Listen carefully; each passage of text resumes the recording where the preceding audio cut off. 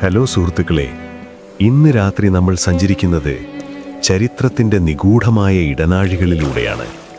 കാലത്തിൻ്റെ ഒഴുക്കിൽ ഇന്നും ഒരേപോലെ ജ്വലിച്ചു നിൽക്കുന്ന, ലോകം മുഴുവൻ ഉറ്റുനോക്കുന്നൊരു ഭൂപ്രദേശത്തിൻ്റെ കഥയാണ് ഇന്ന് നമ്മൾ പങ്കുവെക്കുന്നത്. ഇസ്രായേൽ എന്നും പാലസ്തീൻ എന്നും വിളിക്കപ്പെടുന്ന മെഡിറ്ററേനിയൻ കടലിനും ജോർദാൻ നദിക്കുമിടയിലുള്ള ആ ചെറിയ മണ്ണ്. അവിടെ ആയിരക്കണക്കിന് വർഷങ്ങളുടെ ഓർമ്മകൾ ഉറങ്ങിക്കിടപ്പുണ്ട്. ഇന്ന് നമ്മൾ പ്രധാനമായും ശ്രദ്ധ കേന്ദ്രീകരിക്കുന്നത് 19-ാം നൂറ്റാണ്ടിൻ്റെ അവസാന നാളുകളിലേക്കാണ്. ഈ കഥയിലെ പ്രധാന കഥാപാത്രങ്ങളിലൊരാൾ തിയോഡോർ ഹെർസൽ എന്ന പത്രപ്രവർത്തകനാണ്. ജൂതജനതയ്ക്ക് സ്വന്തമായി ഒരു രാജ്യം വേണമെന്ന സ്വപ്നം ലോകത്തിനു മുന്നിൽ അവതരിപ്പിച്ച മനുഷ്യൻ. മറ്റൊരു വശത്ത് ആ മണ്ണിൽ തലമുറകളായി ജീവിച്ചുപോന്ന അറബ് ജനതയും അവരെ ഭരിച്ചിരുന്ന ഓട്ടോമൻ സാമ്രാജ്യത്തിൻ്റെ സുൽത്താൻമാരും നിൽക്കുന്നു. ഈ കഥ കേട്ടുതീരുമ്പോൾ വെറുമൊരു ഭൂമിക്ക് വേണ്ടിയുള്ള തർക്കത്തിനപ്പുറം മനുഷ്യരുടെ വികാരങ്ങളും വിശ്വാസങ്ങളും എങ്ങനെയാണ് ഭൂപടങ്ങളെ മാറ്റിവരച്ചതെന്ന് നിങ്ങൾക്ക് മനസ്സിലാകും. ലോകചരിത്രത്തെ തന്നെ മാറ്റിമറിച്ച് ഒരു വലിയ വിസ്ഫോടനത്തിൻ്റെ തുടക്കം എങ്ങനെയായിരുന്നുവെന്ന് നമ്മൾ ഇന്ന് കാണാൻ പോവുകയാണ്. വൈക്കോൽ കൂനയിൽ വീണ് ഒരു ചെറിയ തീപ്പൊരി പോലെ പതുക്കെ പതുക്കെ പടർന്നു പിടിച്ച ആ ചരിത്ര മുഹൂർത്തങ്ങൾ നിങ്ങളെ അത്ഭുതപ്പെടുത്തും. ഒരു നിമിഷം സങ്കൽപ്പിച്ചു നോക്കൂ. അസ്തമയ സൂര്യൻ്റെ സ്വർണ്ണപ്രഭയിൽ കുളിച്ചു നിൽക്കുന്ന ഗലീലിയിലെ കുന്നുകൾ. അവിടെ ഒരു വൃദ്ധനായ കർഷകൻ തൻ്റെ മരക്കലപ്പയുമായി ഉണങ്ങിയ മണ്ണിൽ ഉഴവുചാലുകൾ തീർക്കുന്നു. ആ മണ്ണിൽ നിന്നുയരുന്ന പൊടിപടലങ്ങൾക്കും ഉണങ്ങിയ ഒലീവിലകളുടെ ഗന്ധത്തിനുമിടയിൽ വരാനിരിക്കുന്ന വലിയ മാറ്റങ്ങളുടെ കാൽപ്പെരുമാറ്റം ഒഴിഞ്ഞിരിപ്പുണ്ട്. ഒരു മിനിറ്റ് സുഹൃത്തുക്കളെ, കഥ തുടങ്ങുന്നതിന് മുമ്പ് ഒരു കാര്യം. നിങ്ങൾ ഈ രാത്രി യാത്രകൾ ശരിക്കും ആസ്വദിക്കുന്നുണ്ടെങ്കിൽ വീഡിയോ ലൈക്ക് ചെയ്യാനും സ്ലംബർ സാഗ സബ്സ്ക്രൈബ് ചെയ്യാനും മറക്കരുത്. പിന്നെ നിങ്ങൾ എവിടെ നിന്നാണ് ഇത് കേൾക്കുന്നത്, ഇപ്പോൾ അവിടെ എത്ര സമയമായി എന്നതിനെക്കുറിച്ച് ഒരു കമൻ്റ് ഇടുക. കാരണം ആരൊക്കെ എവിടെ നിന്നൊക്കെയാണ് ഈ കഥ കേൾക്കുന്നതെന്ന് എനിക്ക് അറിയാൻ താല്പര്യമുണ്ട്. ഇപ്പോൾ നിങ്ങളുടെ ബെഡ്റൂം ലൈറ്റുകൾ ഡിം ചെയ്യുക. നല്ലൊരു പശ്ചാത്തല ശബ്ദത്തിനായി ആ ഫാൻ ഓൺ ചെയ്യുക. ഇന്ന് രാത്രിയിലെ ഈ യാത്രയിലേക്ക് നമുക്ക് ഒരുമിച്ച് മുന്നോട്ട് പോകാം. 19-ാം നൂറ്റാണ്ടിൻ്റെ അവസാന പാദത്തിലാണ് നമ്മുടെ കഥ തുടങ്ങുന്നത്. അന്ന് ഈ പ്രദേശം ഇന്നത്തെ പോലെ പല രാജ്യങ്ങളായി വിഭജിക്കപ്പെട്ടിരുന്നില്ല. ഓട്ടോമൻ സാമ്രാജ്യം എന്ന പടുകൂറ്റൻ സാമ്രാജ്യത്തിൻ്റെ ഒരു ചെറിയ ഭാഗമായിരുന്നു പലസ്തീൻ. സുൽത്താൻ അബ്ദുൽ ഹമീദ് രണ്ടാമനായിരുന്നു അന്ന് ഇസ്താംബൂളിലിരുന്ന് ഈ പ്രദേശങ്ങൾ ഭരിച്ചിരുന്നത്. ഇന്നത്തെ ടെല്ലവീവ് എന്ന വലിയ നഗരമൊക്കെ അന്ന് വെറും മണൽക്കൂനകൾ മാത്രമായിരുന്നുവെന്ന് പറഞ്ഞാൽ നിങ്ങൾക്ക് വിശ്വസിക്കാൻ പ്രയാസമായിരിക്കും. ജാഫ എന്ന പഴയ തുറമുഖ നഗരമായിരുന്നു അന്നത്തെ പ്രധാന കേന്ദ്രം. അവിടെ നിന്ന് കടൽ കടന്നു പോകുന്ന ഓറഞ്ചുകളുടെ മണം അന്തരീക്ഷത്തിൽ എപ്പോഴും തങ്ങി നിൽക്കുമായിരുന്നു. ആ കാലത്ത് അവിടെ ജീവിച്ചിരുന്ന ജനവിഭാഗങ്ങളെ ഒന്ന് പരിചയപ്പെടാം. ഭൂരിഭാഗവും അറബ് വംശജരായ മുസ്ലിങ്ങളായിരുന്നു. കൂടെ ക്രൈസ്തവരും ചെറിയ ഒരു വിഭാഗം ജൂതന്മാരും അവിടെ ഉണ്ടായിരുന്നു. ഇവരൊക്കെ നൂറ്റാണ്ടുകളായി അവിടെ ഒരുമിച്ച് കഴിഞ്ഞുപോന്നവരാണ്. രാവിലെ പള്ളിയിൽ നിന്നുള്ള ബാങ്ക് വിളിയും പിന്നാലെ ചർച്ചിലെ മണിനാദവും സിനഗോഗിലെ പ്രാർത്ഥനകളും ഒരേ തെരുവുകളിൽ മുഴങ്ങിക്കേട്ടിരുന്ന ഒരു കാലം. മണ്ണെണ്ണ വിളക്കുകളുടെ വെളിച്ചത്തിൽ കടുപ്പമേറിയ കട്ടൻ ചായയും കുടിച്ച് പഴയ കഥകൾ പറഞ്ഞ് അവർ വൈകുന്നേരങ്ങൾ ചിലവഴിച്ചിരുന്നു. ആധുനികമായ തർക്കങ്ങളോ അതിർത്തികളോ അന്നവരുടെ സ്വപ്നങ്ങളിൽ പോലുമില്ലായിരുന്നു. എന്നാൽ ഈ ശാന്തതയ്ക്ക് പിന്നിൽ യൂറോപ്പിൽ ചില മാറ്റങ്ങൾ സംഭവിക്കുന്നുണ്ടായിരുന്നു. യൂറോപ്പിലെ ജൂതന്മാർ വലിയ തോതിലുള്ള വിവേചനങ്ങളും അക്രമങ്ങളും നേരിട്ടുകൊണ്ടിരുന്ന കാലമായിരുന്നു അത്. പ്രത്യേകിച്ച് റഷ്യയിലും കിഴക്കൻ യൂറോപ്പിലും. ഇതിനെ പോഗ്രോമുകൾ എന്നാണ് ചരിത്രകാരന്മാർ വിളിക്കുന്നത്. തങ്ങൾ എവിടെയും സുരക്ഷിതരല്ലെന്ന് തോന്നൽ ആ ജനതയിൽ ശക്തമായി. ഈ സാഹചര്യത്തിലാണ് തിയോഡോർ ഹെർസൽ എന്ന ഹംഗേറിയൻ പത്രപ്രവർത്തകൻ രംഗപ്രവേശം ചെയ്യുന്നത്. പാരീസിനെ ഒരു വിചാരണ റിപ്പോർട്ട് ചെയ്യാൻ പോയ ഹെർസൽ അവിടെ നിലനിന്നിരുന്ന കടുത്ത ജൂതവിരുദ്ധത കണ്ട് ഞെട്ടിപ്പോയി. ജൂതന്മാർക്ക് സമാധാനമായി ജീവിക്കണമെങ്കിൽ അവർക്ക് സ്വന്തമായി ഒരു രാജ്യം വേണമെന്ന ചിന്ത അദ്ദേഹത്തിൻ്റെ മനസ്സിൽ ഉദിക്കുന്നത് അവിടെ വെച്ചാണ്. ഹെർസൽ ഇതൊരു പുസ്തകമായി എഴുതി. ഡെയർ ജൂഡൻസ്റ്റാട്ട് അഥവാ ജൂതരാഷ്ട്രം. ഇതൊരു വലിയ ചർച്ചയായി മാറി. പണ്ട് തങ്ങളുടെ പൂർവികർ ജീവിച്ചിരുന്ന സിയോൺ അഥവാ ജെറൂസലേം ഉൾപ്പെടുന്ന ആ പഴയ മണ്ണിലേക്ക് തന്നെ തിരിച്ചു പോകണമെന്ന ആശയം അദ്ദേഹം മുന്നോട്ട് വെച്ചു. ഇതിനെയാണ് സയോണിസം എന്ന് വിളിക്കുന്നത്. എന്നാൽ ഇതൊരു എളുപ്പമുള്ള കാര്യമായിരുന്നില്ല. ആ മണ്ണിൽ അപ്പോൾ തന്നെ ലക്ഷക്കണക്കിന് ആളുകൾ താമസിക്കുന്നുണ്ട്. മാത്രമല്ല, അത് ഓട്ടോമൻ സുൽത്താന്റെ കീഴിലുമാണ്. ഹെർസൽ പതുക്കെ തൻ്റെ പ്രവർത്തനങ്ങൾ വിപുലീകരിച്ചു. അദ്ദേഹം ലോകത്തിൻ്റെ വിവിധ ഭാഗങ്ങളിലുള്ള സമ്പന്നരായ ജൂതന്മാരെയും ഭരണാധികാരികളെയും കാണാൻ തുടങ്ങി. ഓട്ടോമൻ സുൽത്താനോട് അദ്ദേഹം ഒരു ഇടപാട് പോലും നിർദ്ദേശിച്ചു. ഓട്ടോമൻ സാമ്രാജ്യത്തിൻ്റെ ഭീമമായ കടങ്ങൾ തീർക്കാൻ ജൂതന്മാർ സഹായിക്കാം, പകരം പലസ്തീനിൽ അവർക്ക് കുടിയേറാൻ അനുവാദം നൽകണം. പക്ഷേ സുൽത്താൻ അത് നിരസിച്ചു. ഈ മണ്ണ് എൻ്റെ ഓരോ തുള്ളി ചോര കൊണ്ട് നേടിയതാണ്, അത് വിൽക്കാൻ എനിക്ക് കഴിയില്ല എന്നായിരുന്നു അദ്ദേഹത്തിൻ്റെ നിലപാട്. പക്ഷേ ചരിത്രം മറ്റൊരു വഴിക്കാണ് നീങ്ങിക്കൊണ്ടിരുന്നത്. പതിയെ ചെറിയ സംഘങ്ങളായി ജൂതന്മാർ യൂറോപ്പിൽ നിന്നും റഷ്യയിൽ നിന്നും പലസ്തീനിലേക്ക് വരാൻ തുടങ്ങി. ഇതിനെ ഒന്നാം അലിയ എന്ന് വിളിക്കുന്നു. കൃഷി പഠിച്ചിട്ടില്ലാത്ത നഗരങ്ങളിൽ ജീവിച്ചിരുന്ന ജൂതന്മാർ അവിടെ വന്ന് ചതുപ്പുനിലങ്ങൾ നികത്തിയും മണലാരണ്യത്തിൽ പണിയെടുത്തും കൃഷിയിടങ്ങൾ ഉണ്ടാക്കി. പണ്ടത്തെ ആ പഴയ രീതിയിലുള്ള ഒരു തരം ആവേശം തന്നെയായിരുന്നു അവർക്ക്. ഇതിനെക്കുറിച്ച് ചില ചരിത്രകാരന്മാർ ഇപ്പോഴും തർക്കിക്കാറുണ്ട്. ഇതൊരു കുടിയേറ്റമായിരുന്നോ അതോ തിരിച്ചുവരവായിരുന്നോ എന്ന്. അത് നമ്മൾ ഓരോരുത്തരുടെയും കാഴ്ചപ്പാട് പോലെയിരിക്കും. അവിടെയുണ്ടായിരുന്ന പ്രാദേശിക അറബ് ജനതയ്ക്ക് തുടക്കത്തിൽ ഇതൊരു വലിയ ഭീഷണിയായി തോന്നിയിരുന്നില്ല. അവർ പുതിയ അയൽക്കാരെ ഒരു കൗതുകത്തോടെയാണ് നോക്കിയത്. എന്നാൽ ഭൂമി വിൽക്കുന്നതിലും വാങ്ങുന്നതിലും ചില നിയമങ്ങൾ മാറിയപ്പോൾ അവർ ആശങ്കാകുലരായി. വലിയ ഭൂസ്വാമിമാർ പണത്തിനു വേണ്ടി മണ്ണ് വിൽക്കുമ്പോൾ അവിടെ തലമുറകളായി പണിയെടുത്തിരുന്ന കർഷകർക്ക് തങ്ങളുടെ ജീവിതോപാധി നഷ്ടപ്പെടാൻ തുടങ്ങി. ഒരു വശത്ത് പുതിയൊരു സ്വപ്നത്തിൻ്റെ തുടക്കം, മറുവശത്ത് നഷ്ടപ്പെടലുകളുടെ ആശങ്ക. ഈ സമയത്താണ് രണ്ടാം അലിയ എന്ന് വിളിക്കപ്പെടുന്ന അടുത്ത കുടിയേറ്റ തരംഗമുണ്ടാകുന്നത്. 1904 തുടങ്ങിയ ഈ ഘട്ടത്തിൽ വന്നവർ വെറുമൊരു അഭയാർത്ഥികളായിരുന്നില്ല, മറിച്ച് സോഷ്യലിസ്റ്റ് ചിന്താഗതിക്കാരായ ചെറുപ്പക്കാരായിരുന്നു. അവർക്ക് ആ മണ്ണിൽ പണിയെടുത്ത് പുതിയൊരു സമൂഹത്തെ കെട്ടിപ്പടുക്കണമെന്ന വലിയ വാശിയുണ്ടായിരുന്നു. ഈ കാലത്താണ് കിബട്സ് എന്നറിയപ്പെടുന്ന കൂട്ടായ കാർഷിക ഗ്രാമങ്ങൾ അവിടെ രൂപപ്പെടുന്നത്. എല്ലാവരും ഒരുമിച്ച് പണിയെടുക്കുക, ലാഭം തുല്യമായി പങ്കിടുക എന്നതായിരുന്നു ഇതിൻ്റെ രീതി. ഇന്ന് നമ്മൾ കാണുന്ന ആധുനിക ഇസ്രയേലിൻ്റെ അടിത്തറ പാകിയത് ഈ കഠിനാധ്വാനികളാണ്. ഇവിടെ രസകരമായൊരു കാര്യമുണ്ട്. ഈ കുടിയേറ്റക്കാർ അവിടെ വന്ന് സംസാരിക്കാൻ ശ്രമിച്ചത് എബ്രായ ഭാഷ അഥവാ ഹീബ്രു ആയിരുന്നു. ആയിരക്കണക്കിന് വർഷങ്ങളായി പ്രാർത്ഥനകൾക്ക് മാത്രം ഉപയോഗിച്ചിരുന്ന, നിത്യജീവിതത്തിൽ ആരും സംസാരിക്കാതിരുന്ന ഒരു പഴയ ഭാഷയെ അവർ പൊടിതട്ടിയെടുത്ത് വീണ്ടും ജീവൻ നൽകി. എലിയേസർ ബെൻ യഹൂദ എന്ന ഒരാൾ തൻ്റെ മകനെ ഹീബ്രു മാത്രം സംസാരിക്കുന്ന ആദ്യത്തെ കുട്ടിയായി വളർത്താൻ തീരുമാനിച്ചു. ചായ ചോദിക്കാനും മീൻ വാങ്ങാനും വരെ പുതിയ വാക്കുകൾ കണ്ടുപിടിക്കേണ്ടി വന്ന ആ അവസ്ഥയൊന്ന് ആലോചിച്ചു നോക്കൂ. 2000 കൊല്ലം ആരും മിണ്ടാതിരുന്ന ഒരു ഭാഷ പെട്ടെന്ന് ചന്തകളിൽ മുഴങ്ങാൻ തുടങ്ങിയപ്പോൾ അത് വലിയൊരു അത്ഭുതമായിരുന്നു. എന്നാൽ ഈ മാറ്റങ്ങൾ അവിടുത്തെ പ്രാദേശിക അറബ് സമൂഹത്തെ അസ്വസ്ഥരാക്കി തുടങ്ങി. തങ്ങളുടെ നാട്ടിൽ തങ്ങൾ തന്നെ അന്യരാകുമോ എന്ന പേടി അവർക്കുണ്ടായി. ഹൈഫയിലും ജാഫയിലുമൊക്കെ പുതിയ അറബ് പത്രങ്ങൾ ഇറങ്ങാൻ തുടങ്ങുകയും അതിലൂടെ അവർ തങ്ങളുടെ ആശങ്കകൾ പങ്കുവയ്ക്കുകയും ചെയ്തു. നജീബ് നസാർ എന്ന പത്രപ്രവർത്തകൻ തൻ്റെ പത്രത്തിലൂടെ ഈ കുടിയേറ്റങ്ങൾ ഭാവിയിൽ വലിയ പ്രശ്നങ്ങളുണ്ടാക്കുമെന്ന് അന്നേ മുന്നറിയിപ്പ് നൽകിയിരുന്നു. ചില ചരിത്രകാരന്മാർ ഇന്നും തർക്കിക്കുന്നത് ഈ കാലഘട്ടം എങ്ങനെയാണ് വിലയിരുത്തേണ്ടതെന്നാണ്. ചിലർ ഇതിനെ ഒരു ദേശീയ ഉണർവായി കാണുമ്പോൾ മറ്റു ചിലർ ഇതിനെ വരാനിരിക്കുന്ന വലിയൊരു ദുരന്തത്തിൻ്റെ തുടക്കമായിട്ടാണ് കാണുന്നത്.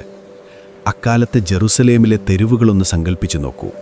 കല്ലുപാകിയ ഇടുങ്ങിയ വഴികൾ, സുഗന്ധവ്യഞ്ജനങ്ങളുടെ കടുത്ത മണം, കഴുതപ്പുറത്ത് സാധനങ്ങൾ കൊണ്ടുപോകുന്ന വ്യാപാരികൾ. അവിടെ പഴയ ജൂതന്മാർ തങ്ങളുടെ പാരമ്പര്യ വസ്ത്രങ്ങൾ ധരിച്ച് പ്രാർത്ഥിക്കാൻ പോകുന്നു. തൊട്ടടുത്ത് അറബ് കർഷകർ തങ്ങളുടെ ഉൽപ്പന്നങ്ങൾ വിൽക്കുന്നു. പുറമേ ശാന്തമെന്ന് തോന്നുമെങ്കിലും ആ തെരുവുകളിലെ കാറ്റിൽ മാറ്റത്തിൻ്റെ ഗന്ധമുണ്ടായിരുന്നു. ഒട്ടോമൻ സാമ്രാജ്യത്തിൻ്റെ പിടിയായിരുന്നതും പുതിയൊരു യുദ്ധത്തിൻ്റെ കാർമേഘങ്ങൾ ലോകത്തിനു മുകളിൽ ഉരുണ്ടുകൂടുന്നതും അവർ അറിഞ്ഞിരുന്നില്ല.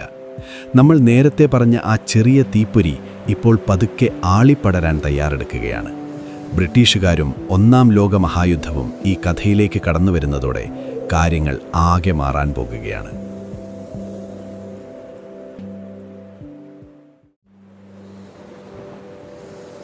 ഒന്നാം ലോക മഹായുദ്ധം പൊട്ടിപ്പുറപ്പെടുന്നതോടെ നമ്മുടെ കഥയിലെ മനോഹരമായ പഴയ ലോകം ആകെ തകിടമറിയുകയാണ്.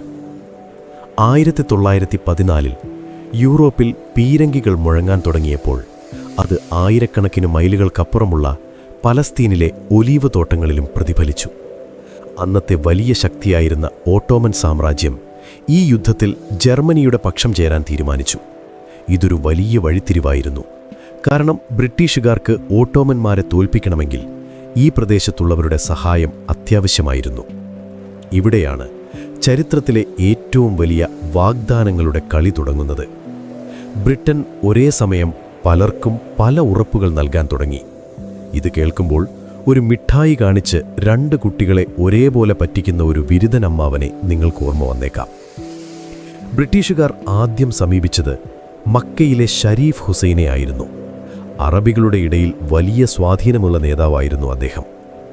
ബ്രിട്ടീഷുകാരനായ ഹെൻറി മെക്മഹോനും ഷരീഫ് ഹുസൈനും തമ്മിൽ രഹസ്യമായി കത്തുകൾ കൈമാറി. ഇതിനെയാണ് മെക്മഹോൻ ഹുസൈൻ കത്തിടപാടുകൾ എന്ന് ചരിത്രത്തിൽ വിളിക്കുന്നത്. ബ്രിട്ടീഷുകാർ പറഞ്ഞു, നിങ്ങൾ ഓട്ടോമന്മാർക്കെതിരെ ഞങ്ങളെ സഹായിക്കുക. യുദ്ധം ജയിച്ചു കഴിഞ്ഞാൽ പലസ്തീൻ ഉൾപ്പെടെയുള്ള വലിയൊരു അറബ് രാജ്യം നിങ്ങൾക്ക് നൽകാം. ഇത് കേട്ടപ്പോൾ അറബികൾ ആവേശഭരിതരായി. തങ്ങളുടെ പഴയ പ്രതാപം തിരിച്ചു കിട്ടുമെന്ന് അവർ സ്വപ്നം കണ്ടു. ഈ സമയത്താണ് ലോറൻസ് ഓഫ് അറേബ്യ എന്നറിയപ്പെടുന്ന ടി ലോറൻസ് മണലാരണ്യത്തിലൂടെ അറബ് പോരാളികളെ നയിച്ച് ബ്രിട്ടീഷ് താൽപ്പര്യങ്ങൾ സംരക്ഷിക്കാൻ ഇറങ്ങിത്തിരിക്കുന്നത്. ഒരർത്ഥത്തിൽ സിനിമയെ വെല്ലുന്ന ആവേശകരമായ രംഗങ്ങളായിരുന്നു അന്നവിടെ നടന്നത്. എന്നാൽ ബ്രിട്ടീഷുകാർ അറബികൾക്ക് നൽകിയ കത്തുകളിൽ ഉപയോഗിച്ച ഭാഷ വളരെ തന്ത്രപരമായിരുന്നു. പലസ്തീൻ ആ വലിയ അറബ് രാജ്യത്തിൻ്റെ ഭാഗമാണോ അതോ പ്രത്യേകമായി നിലനിൽക്കേണ്ട ഒന്നാണോ എന്ന കാര്യത്തിൽ അവർ വ്യക്തത വരുത്തിയില്ല. ഈ അവ്യക്തത ഇന്നും ചരിത്രകാരന്മാർക്കിടയിൽ വലിയൊരു തർക്കവിഷയമാണ്. ചിലർ പറയുന്നത് ബ്രിട്ടൻ ബോധപൂർവം അറബികളെ ചതിച്ചതാണെന്നാണ്. എന്നാൽ മറ്റു ചിലർ ഇത് യുദ്ധകാലത്തെ അനിവാര്യമായ ഒരു രാഷ്ട്രീയ തന്ത്രമായിരുന്നു എന്ന് വാദിക്കുന്നു. ഏതായാലും ബ്രിട്ടീഷുകാരുടെ കയ്യിൽ മറ്റു ചില പ്ലാനുകൾ കൂടിയുണ്ടായിരുന്നു എന്നതാണ് സത്യം. ഒരു വശത്ത് അറബികളുമായി ചർച്ച നടക്കുമ്പോൾ തന്നെ മറുവശത്ത് ബ്രിട്ടനും ഫ്രാൻസും ചേർന്ന് മറ്റൊരു രഹസ്യ കരാർ ഉണ്ടാക്കിയിരുന്നു, സൈക്സ് പിക്കോട്ട് കരാർ. മേശപ്പുറത്ത് വലിയൊരു ഭൂപടം നിവർത്തിവെച്ച് ഒരു സ്കെയിലും പെൻസിലും എടുത്ത് അവർ പശ്ചിമേഷ്യയെ പങ്കിട്ടു. ഈ ഭാഗം എനിക്ക്, ആ ഭാഗം നിനക്ക് എന്നു പറയുന്നത് പോലെയായിരുന്നു അത്. ഈ വിഭജനത്തിൽ പലസ്തീൻ അന്താരാഷ്ട്ര ഭരണത്തിന് കീഴിലായിരിക്കുമെന്ന് അവർ ധാരണയിലെത്തി. അറബികൾക്ക് നൽകിയ വാഗ്ദാനം അവർ പൂർണ്ണമായും മറന്നു എന്ന് സാരം. ഇക്കാലത്ത് ഇത്തരം രഹസ്യങ്ങൾ പുറത്തു വന്നാൽ ഒരുപക്ഷെ സോഷ്യൽ മീഡിയയിൽ വലിയ ചർച്ചയാകുമായിരുന്നു. പക്ഷേ അന്ന് ഇതൊക്കെ ഇരുളടഞ്ഞ മുറികളിലെ അടക്കം പറച്ചിലുകൾ മാത്രമായിരുന്നു. യുദ്ധം മുറുകുന്നതിനിടയിൽ സയനിസ്റ്റ് പ്രസ്ഥാനം ബ്രിട്ടനിൽ തങ്ങളുടെ സ്വാധീനം വർദ്ധിപ്പിച്ചു. റഷ്യൻ വംശജനായ ശാസ്ത്രജ്ഞൻ ചൈം വെയ്സ്മാൻ ഈ കാര്യത്തിൽ വലിയ പങ്കുവഹിച്ചു. ബ്രിട്ടീഷ് സർക്കാരിന് യുദ്ധത്തിനാവശ്യമായ ചില രാസവസ്തുക്കൾ നിർമ്മിക്കാൻ വെയ്സ്മാൻ സഹായിച്ചിരുന്നു. ഇതിനു പകരമായി ജൂതന്മാരുടെ ആവശ്യങ്ങൾ അദ്ദേഹം ബ്രിട്ടീഷ് അധികാരികൾക്ക് മുന്നിൽ അവതരിപ്പിച്ചു. അങ്ങനെയാണ് 1917 നവംബർ 2 ചരിത്രപ്രധാനമായ ആ കത്ത് പുറത്തിറങ്ങുന്നത്. അന്നത്തെ ബ്രിട്ടീഷ് വിദേശകാര്യ സെക്രട്ടറി ആർതർ ബാൽഫോർ ജൂത നേതാവായ ലോർഡ് റോത്ത്ചൈൽഡിന് അയച്ച കത്ത്. വെറും 67 വാക്കുകൾ മാത്രമുള്ള ആ കത്ത് ലോകത്തിൻ്റെ ചരിത്രം തന്നെ മാറ്റിയെഴുതി. ഇതിനെയാണ് ബാൽഫോർ പ്രഖ്യാപനം എന്ന് വിളിക്കുന്നത്. ബാൽഫോർ പ്രഖ്യാപനത്തിൽ ബ്രിട്ടൻ പറഞ്ഞു, പലസ്തീനിൽ ജൂതജനതയ്ക്ക് ഒരു ദേശീയ ഭവനം, നാഷണൽ ഹോം സ്ഥാപിക്കുന്നതിനെ ബ്രിട്ടീഷ് സർക്കാർ അനുകൂലിക്കുന്നു. ശ്രദ്ധിക്കുക, അവർ രാഷ്ട്രം എന്ന വാക്കിന് പകരം ദേശീയ ഭവനം എന്നാണ് ഉപയോഗിച്ചത്. ഒപ്പം ഒരു കണ്ടീഷനും വെച്ചു, അവിടെയുള്ള ജൂത ഇതര വിഭാഗങ്ങളുടെ അവകാശങ്ങൾ സംരക്ഷിക്കപ്പെടണമെന്ന്. ഒരേ മണ്ണിൽ 2 അവകാശികളെ ഒരേ സമയം കുടിയിരുത്താനുള്ള ബ്രിട്ടന്റെ ഈ ശ്രമം തീക്കൊള്ളിക്കൊണ്ട് തലചൊറിയുന്നത് പോലെയായിരുന്നു.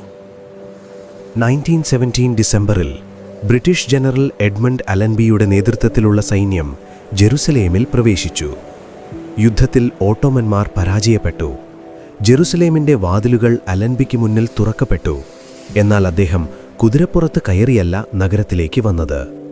ജെറുസലേമിൻ്റെ വിശുദ്ധി മാനിച്ചുകൊണ്ട് അദ്ദേഹം കാൽനടയായാണ് നഗരത്തിൽ പ്രവേശിച്ചത്. നഗരവാസികൾ അദ്ദേഹത്തെ പൂക്കളുമായി വരവേറ്റു. അവർ വിചാരിച്ചത് തങ്ങൾക്കിനി സ്വാതന്ത്ര്യം ലഭിക്കുമെന്നാണ്. എന്നാൽ അത് പുതിയൊരു അധിനിവേശത്തിൻ്റെ തുടക്കമാണെന്ന് അവർ അറിഞ്ഞില്ല. ബ്രിട്ടീഷ് പട്ടാളക്കാർ തെരുവുകളിൽ റോന്തുചുറ്റാൻ തുടങ്ങിയതോടെ പാലസ്തീൻ ഔദ്യോഗികമായി ബ്രിട്ടീഷ് മാൻഡേറ്റിന് കീഴിലായി.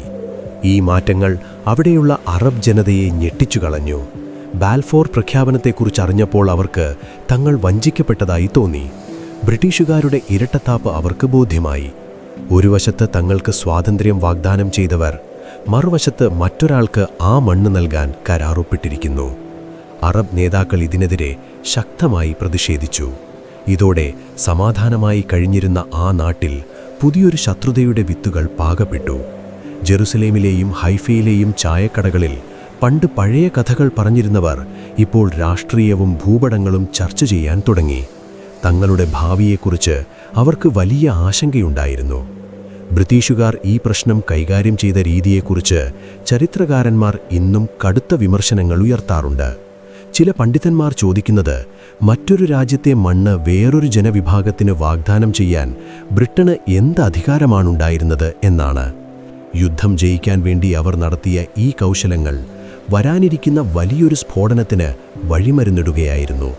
ഒന്നാം ലോക മഹായുദ്ധം അവസാനിച്ചെങ്കിലും പാലസ്തീനിൽ മറ്റൊരു യുദ്ധം പുകഞ്ഞു തുടങ്ങുകയായിരുന്നു. സുൽത്താന്റെ ഭരണത്തിൽ നിന്ന് മോചനം ലഭിച്ചപ്പോൾ അതിലും വലിയൊരു കിണിയിലേക്കാണ് തങ്ങൾ വീണതെന്ന് പാലസ്തീനുകൾ തിരിച്ചറിഞ്ഞു തുടങ്ങുന്നതായിരുന്നു ആ കാലഘട്ടം. ബ്രിട്ടീഷുകാർ അന്നു കൊളുത്തിയ ആ തീക്കുണ്ഠം ഇന്നും അണയാതെ നിൽക്കുന്നു എന്നതാണ് സങ്കടകരമായ സത്യം. ബ്രിട്ടീഷ് ആധിപത്യത്തിന് കീഴിൽ കുടിയേറ്റങ്ങൾ വർദ്ധിക്കുകയും ജനങ്ങൾ തമ്മിലുള്ള അകൽച്ച കൂടുകയും ചെയ്തതോടെ കഥയുടെ അടുത്ത ഘട്ടം തുടങ്ങുകയാണ്.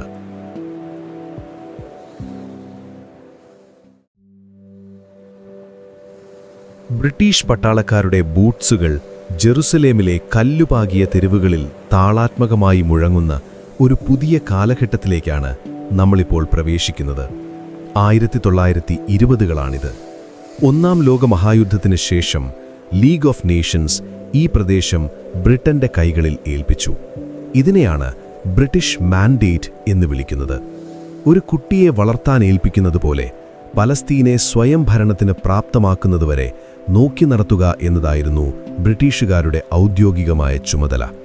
പക്ഷേ ഈ ചുമതല പതുക്കെ ഒരു തലവേദനയായി മാറാൻ പോകുകയാണെന്ന് അവർ സ്വപ്നത്തിൽ പോലും കരുതിയിരുന്നില്ല.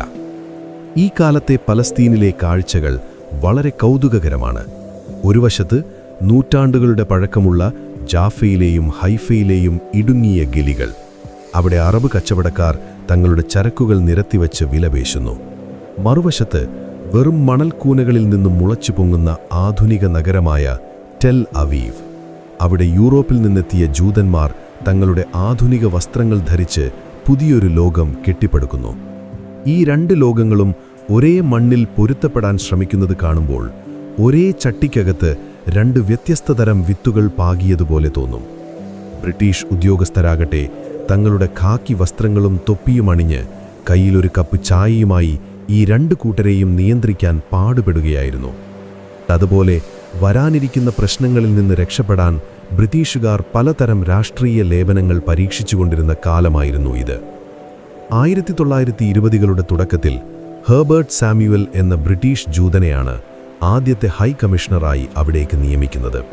അദ്ദേഹത്തിന് വലിയൊരു ദൗത്യമുണ്ടായിരുന്നു: രണ്ട് വിഭാഗങ്ങളെയും സന്തോഷിപ്പിക്കുക. പക്ഷേ അതൊരസാധ്യമായ കാര്യമായിരുന്നു. ജൂതന്മാർ കൂടുതൽ ഭൂമി വാങ്ങുകയും കുടിയേറ്റം വർദ്ധിപ്പിക്കുകയും ചെയ്തതോടെ അറബ് ജനതയുടെ ഉള്ളിൽ കനലുകൾ എരിഞ്ഞു തുടങ്ങി. തങ്ങളുടെ കൃഷിഭൂമികൾ പതുക്കെ അപ്രത്യക്ഷമാകുന്നത് അവർക്ക് സഹിക്കാനാവുമായിരുന്നില്ല. ഈ അസ്വസ്ഥതയാണ് 1929 ഒരു വലിയ സ്ഫോടനമായി പുറത്തുവരുന്നത്. അതിനൊരു നിമിത്തമായത് ജെറുസലേമിലെ വിശുദ്ധമായ ആ പഴയ മതിലാണ്. ജൂതന്മാർ ഇതിനെ പലായന മതിലെന്നും മുസ്ലിങ്ങൾ ഇതിനെ ബുറാക്ക് മതിലെന്നും വിളിക്കുന്നു. പ്രാർത്ഥനയ്ക്കായി ജൂതന്മാർ അവിടെ ചില ഇരിപ്പിടങ്ങളും മറകളും സ്ഥാപിക്കാൻ തുടങ്ങിയപ്പോൾ അത് തങ്ങളുടെ പള്ളിയുടെ സ്ഥലത്തെ കയ്യേറ്റമാണെന്ന് അറബികൾ ഭയപ്പെട്ടു. ചെറിയൊരു തർക്കം വലിയൊരു ലഹളയായി പടർന്നു. ജെറുസലേമിലും ഹെബ്രോണിലും സഫേദിലും രക്തരൂക്ഷിതമായ പോരാട്ടങ്ങൾ നടന്നു. നൂറുകണക്കിന് ആളുകൾക്ക് ജീവൻ നഷ്ടപ്പെട്ടു. കാലങ്ങളായി ഒരുമിച്ച് കഴിഞ്ഞിരുന്ന രണ്ട് ജനതകൾക്കിടയിൽ ഒരിക്കലും ഉണങ്ങാത്ത ഒരു മുറിവ് ഈ ലഹള ഉണ്ടാക്കി. ബ്രിട്ടീഷുകാർ ഒരു അന്വേഷണ കമ്മീഷനെ അയച്ചെങ്കിലും രണ്ട് പക്ഷത്തെയും തൃപ്തിപ്പെടുത്തുന്ന ഒരു പരിഹാരം അവർക്ക് മുന്നിലുണ്ടായിരുന്നില്ല. ഒരുപക്ഷേ ചരിത്രകാരന്മാർ ഇന്നും അത്ഭുതപ്പെടുന്നത് എങ്ങനെയാണ് പണ്ടൊരുമിച്ച് ചായ കുടിച്ചു നടന്നിരുന്ന അയർക്കാർ പെട്ടെന്ന് ആയുധമെടുത്തത് എന്നാണ്. 1930 എത്തിയതോടെ സ്ഥിതിഗതികൾ കൂടുതൽ വഷളായി. ജർമ്മനിയിൽ ഹിറ്റ്ലറുടെ നാസി പാർട്ടി അധികാരത്തിൽ വന്നതോടെ യൂറോപ്പിലെ ജൂതന്മാരുടെ ജീവിതം നരകതുല്യമായി. ഇതോടെ പലസ്തീനിലേക്കുള്ള ജൂത കുടിയേറ്റം അനിയന്ത്രിതമായി വർദ്ധിച്ചു. ഇതിനെ 5ാം അലിയ എന്നാണ് വിളിക്കുന്നത്. 10,000-കണക്കിന് ആളുകൾ ഓരോ മാസവും തുറമുഖങ്ങളിൽ വന്നിറങ്ങാൻ തുടങ്ങി. ഇത് അറബ് ജനതയുടെ ഇടയിൽ വലിയൊരു ഭീതിയുണ്ടാക്കി. തങ്ങൾ സ്വന്തം നാട്ടിൽ ന്യൂനപക്ഷമായി മാറുമോ എന്ന ഭയം അവരെ പോരാട്ടത്തിന് പ്രേരിപ്പിച്ചു. ഇതിന്റെ ഫലമായിരുന്നു 1936 തുടങ്ങിയ ഗ്രേറ്റ് അറബ് റിവോൾട്ട് അഥവാ വലിയ അറബ് വിപ്ലവം. ഈ വിപ്ലവം തുടങ്ങുന്നത് ഒരു വലിയ പണിമുടക്കോടെയാണ്. 6 മാസത്തോളം അറബികൾ കടകളും ഓഫീസുകളും അടച്ചിട്ടു. ബ്രിട്ടീഷുകാർക്കെതിരെ അവർ നിസ്സഹകരണ പ്രസ്ഥാനം തുടങ്ങി. ഇസുദ്ദീൻ അൽ ഖസാം എന്ന നേതാവിൻ്റെ പേര് അക്കാലത്ത് തെരുവുകളിൽ മുഴങ്ങിക്കേട്ടിരുന്നു. മണലാരണ്യത്തിലെ പാറക്കെട്ടുകൾക്കിടയിൽ ഒളിച്ചിരുന്ന് അറബ് പോരാളികൾ ബ്രിട്ടീഷ് പട്ടാളത്തെയും ജൂത സെറ്റിൽമെൻറ്റുകളെയും ആക്രമിച്ചു. തിരിച്ചടിയായി ബ്രിട്ടീഷുകാർ വളരെ കർക്കശമായ നിയമങ്ങൾ കൊണ്ടുവന്നു. അവർ വിപ്ലവകാരികളെ ജയിലിൽ അടയ്ക്കുകയും അവരുടെ വീടുകൾ തകർക്കുകയും ചെയ്തു. ഈ കലാപം 3 വർഷത്തോളം നീണ്ടുനിന്നു. ഈ പ്രതിസന്ധി പരിഹരിക്കാൻ ബ്രിട്ടൻ പീൽ കമ്മീഷനെ നിയോഗിച്ചു. ഈ കമ്മീഷനാണ് ചരിത്രത്തിൽ ആദ്യമായി ഒരു വിഭജന പദ്ധതി മുന്നോട്ടുവെക്കുന്നത്. പലസ്തീനെ 2 രാജ്യങ്ങളായി തിരിക്കുക, ഒന്ന് ജൂതന്മാർക്കും മറ്റൊന്ന് അറബികൾക്കും. ജെറുസലേം ബ്രിട്ടീഷുകാരുടെ നേരിട്ടുള്ള നിയന്ത്രണത്തിലായിരിക്കണം. ഇതായിരുന്നു അവരുടെ നിർദ്ദേശം. ജൂത നേതാക്കൾ ഇത് ഭാഗികമായി അംഗീകരിച്ചെങ്കിലും അറബികൾ പൂർണ്ണമായും തള്ളിക്കളഞ്ഞു. തങ്ങളുടെ മണ്ണ് വിഭജിക്കാൻ അവർക്ക് സമ്മതമായിരുന്നില്ല. അറബികൾക്ക് ഈ വിഭജന പദ്ധതി തീർത്തും അരോചകമായി തോന്നി.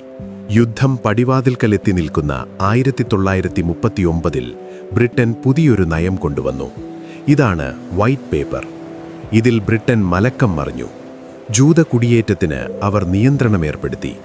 വരും വർഷങ്ങളിൽ ജൂതന്മാരുടെ എണ്ണം പരിമിതപ്പെടുത്തുമെന്നും പലസ്തീൻ ഒരേകീകൃത രാജ്യമായി തുടരുമെന്നും അവർ പ്രഖ്യാപിച്ചു.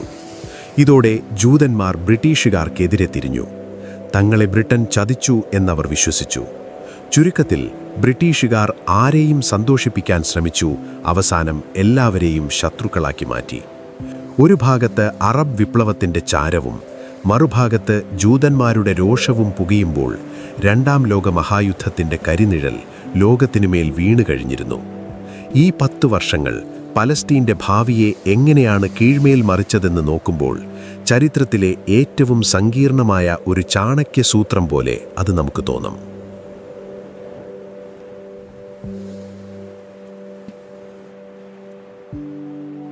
ലോകം മുഴുവൻ വിറങ്ങലിച്ചു നിന്ന 2ാം മഹായുദ്ധത്തിന്റെ കറുത്ത നാളുകളിലേക്കാണ് നമ്മൾ ഇനി കടക്കുന്നത്.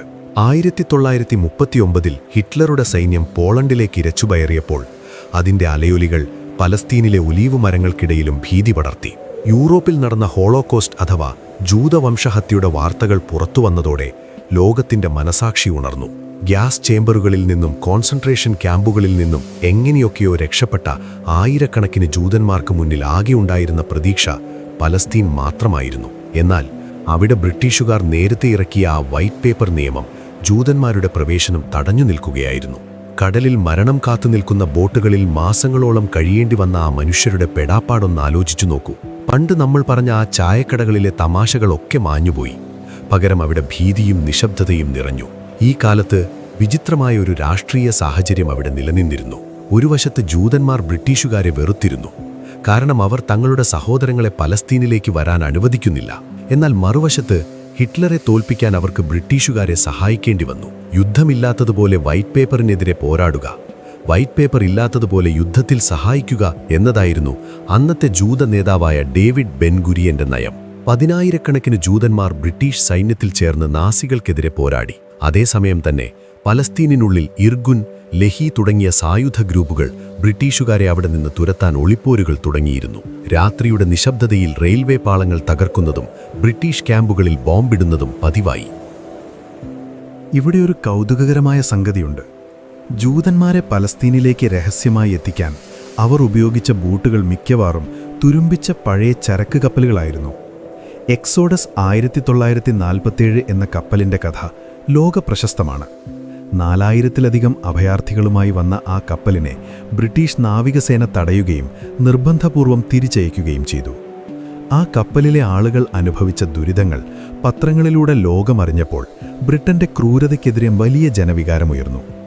ചില ചരിത്രകാരന്മാർ ഇന്നും തർക്കിക്കുന്നത് ബ്രിട്ടീഷുകാർ ഈ കാര്യത്തിൽ ഇത്ര കടുത്ത നിലപാടെടുത്തത് അറബികളെ പിണക്കാതിരിക്കാനാണോ അതോ വെറും പിടിവാശിയാണോ എന്നാണ്. യുദ്ധം കഴിഞ്ഞപ്പോൾ ബ്രിട്ടൻ ആകെ തകർന്നിരുന്നു. സാമ്പത്തികമായും സൈനികമായും അവർക്ക് പഴയ പ്രതാപമില്ല. ലണ്ടനിലെ കെട്ടിടങ്ങൾ ബോംബാക്രമണത്തിൽ തകർന്നു കിടക്കുന്നു. ജനങ്ങൾ റേഷൻ കടകൾക്ക് മുന്നിൽ ക്യൂ നിൽക്കുന്നു. സ്വന്തം രാജ്യം നോക്കാൻ പാടുപെടുന്ന ബ്രിട്ടന് പലസ്തീനിലെ ഈ കുഴപ്പങ്ങൾ കൈകാര്യം ചെയ്യാൻ വയ്യാതെയായി. ഓരോ ദിവസവും അവിടെ കൊല്ലപ്പെടുന്ന ബ്രിട്ടീഷ് സൈനികരുടെ എണ്ണം കൂടിയപ്പോൾ ലണ്ടനിലെ രാഷ്ട്രീയക്കാർക്ക് മടുത്തു. അവസാനം അവർ ഒരു തീരുമാനമെടുത്തു. ഇത് നമുക്ക് പറ്റിയ പണിയല്ല, ഇത് ഐക്യരാഷ്ട്രസഭ നോക്കട്ടെ. പുതുതായി രൂപം കൊണ്ട യുണൈറ്റഡ് നേഷൻസിന്റെ കൈകളിലേക്ക് ഈ വലിയ ഭാരം അവർ വച്ചുകൊടുത്തു. ബ്രിട്ടീഷുകാർ തങ്ങളുടെ കൈകളിലെ ഈ ചോരക്കറ കഴുകിക്കളയാൻ UN-നെ കൂട്ടുപിടിച്ചു. UN ഒരു കമ്മീഷനെ പലസ്തീനിലേക്ക് അയച്ചു, UNSCOP. അവർ അവിടുത്തെ സാഹചര്യങ്ങൾ പഠിച്ചു. ഒടുവിൽ 1947 നവംബർ 29 ചരിത്രപ്രധാനമായ ആ വോട്ടെടുപ്പ് നടന്നു. 181 നമ്പർ പ്രമേയം. പലസ്തീനെ രണ്ടായി വിഭജിക്കണം.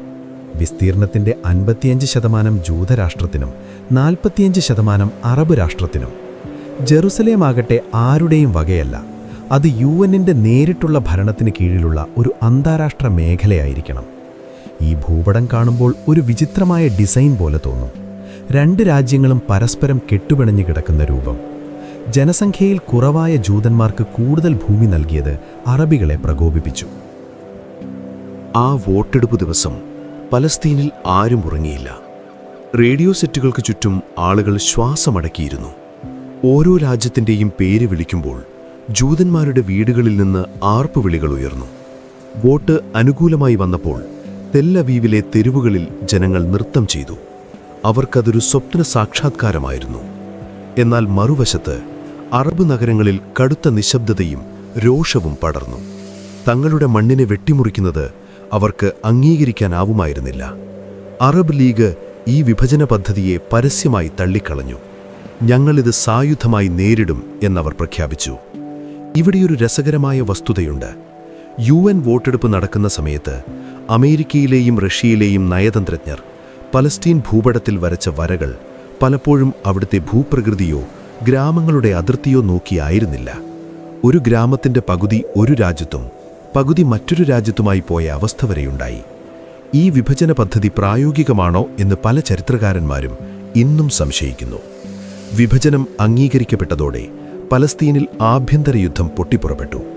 ബ്രിട്ടീഷുകാർ തങ്ങളുടെ പെട്ടിയും പായയും മടക്കി മടങ്ങാൻ തയ്യാറെടുക്കുമ്പോൾ ആ മണ്ണ് വലിയൊരു യുദ്ധത്തിൻ്റെ വക്കിലായിരുന്നു. ജെറുസലേമിലെ തെരുവുകളിൽ ഇപ്പോൾ പണ്ടത്തെ പോലെ ചായ കുടിച്ച് സംസാരിക്കാൻ ആരുമില്ല.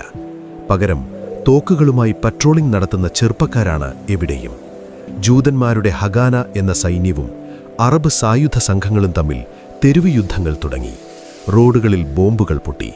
വിതരണം തടസ്സപ്പെട്ടു. പലസ്തീനിലെ വെയിൽ ഇപ്പോൾ അക്ഷരാർത്ഥത്തിൽ കത്തുകയായിരുന്നു. ബ്രിട്ടീഷുകാർ മടങ്ങുന്ന 1948 മെയ് മാസത്തിലെ ആ ദിവസം അടുക്കുംതോറും ആകാംക്ഷയും ഭീതിയും അതിൻ്റെ ഉച്ചസ്ഥായിയിലെത്തി. ഒരു സാമ്രാജ്യത്തിൻ്റെ അസ്തമയവും മറ്റൊരു വലിയ പോരാട്ടത്തിൻ്റെ ഉദയവുമാണ് നമ്മൾ ഇനി കാണാൻ പോകുന്നത്. ഇനി നമുക്ക് ഇസ്രായേലിൻ്റെ ജനനത്തെക്കുറിച്ചും നഗ്ബ എന്നറിയപ്പെടുന്ന പലസ്തീനികളുടെ വലിയ പലായനത്തെക്കുറിച്ചും കൂടുതൽ ആഴത്തിൽ ചർച്ച ചെയ്യാം.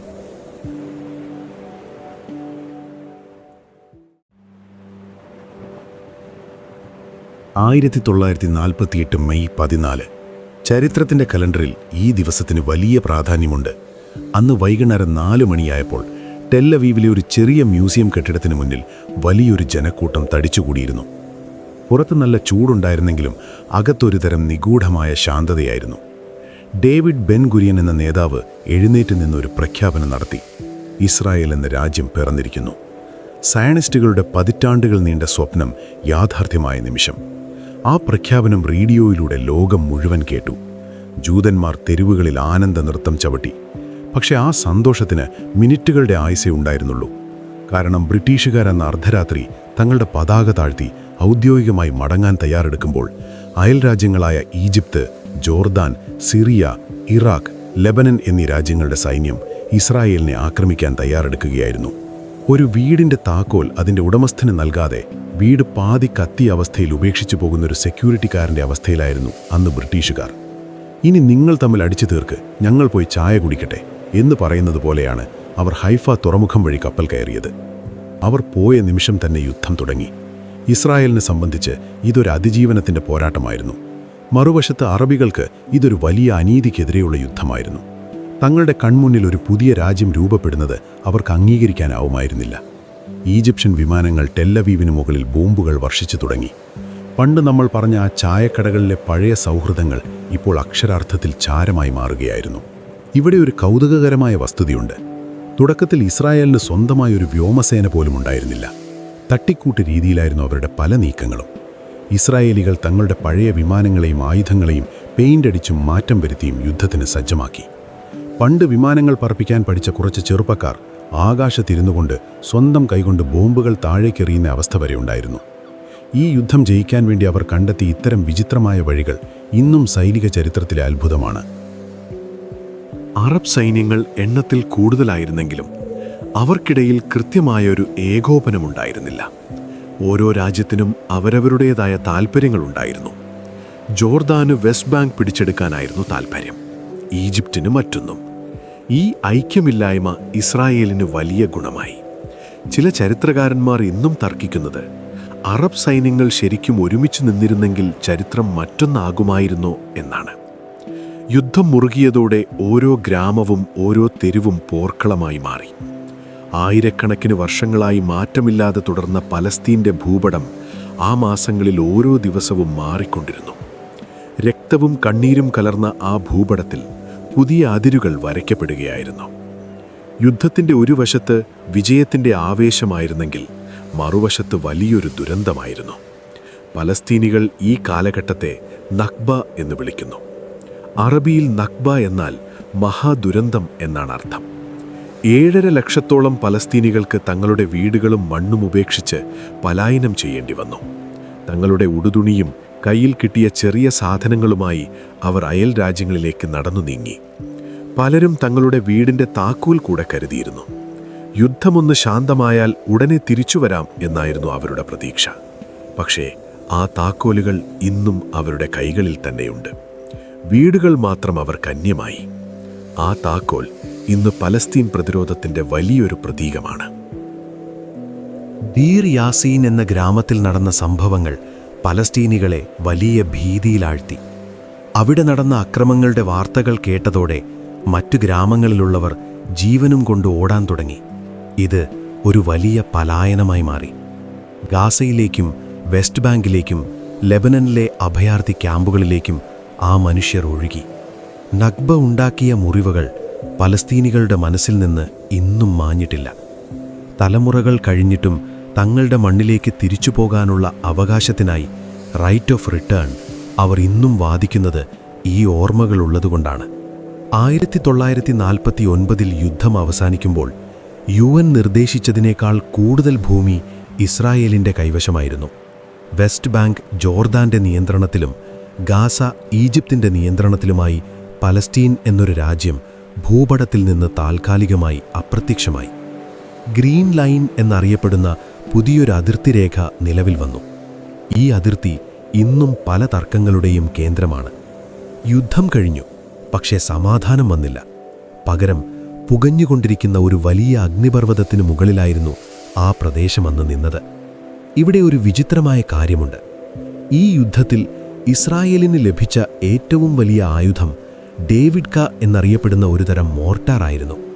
അത് പൊട്ടുമ്പോൾ വലിയ ശബ്ദമുണ്ടാകുമെന്നല്ലാതെ കൃത്യമായി ലക്ഷ്യസ്ഥാനത്ത് പതിക്കാനുള്ള കഴിവ് അതിന് കുറവായിരുന്നു. പക്ഷേ ആ വലിയ ശബ്ദം കേട്ട് ശത്രുക്കൾ ഭയന്ന് പിന്മാറുന്നത് ഇസ്രായേലിന് പലപ്പോഴും തുണയായി. മനഃശാസ്ത്രപരമായൊരു യുദ്ധതന്ത്രമായിരുന്നു അത്. 1948 ഈ യുദ്ധം വെറുമൊരു മണ്ണ് പിടിച്ചെടുക്കലായിരുന്നില്ല, മറിച്ച് വരാനിരിക്കുന്ന ദശകങ്ങളിലെ രാഷ്ട്രീയത്തെയും മനുഷ്യാവകാശ പോരാട്ടങ്ങളെയും നിർവചിച്ച ഒരു വലിയ വിസ്ഫോടനമായിരുന്നു. ഒരു ജനതയ്ക്ക് അത് അതിജീവനത്തിൻ്റെ കഥയാണെങ്കിൽ മറ്റൊരു ജനതയ്ക്ക് അത് നഷ്ടങ്ങളുടെയും വേദനയുടെയും നീറുന്ന ഓർമ്മയാണ്.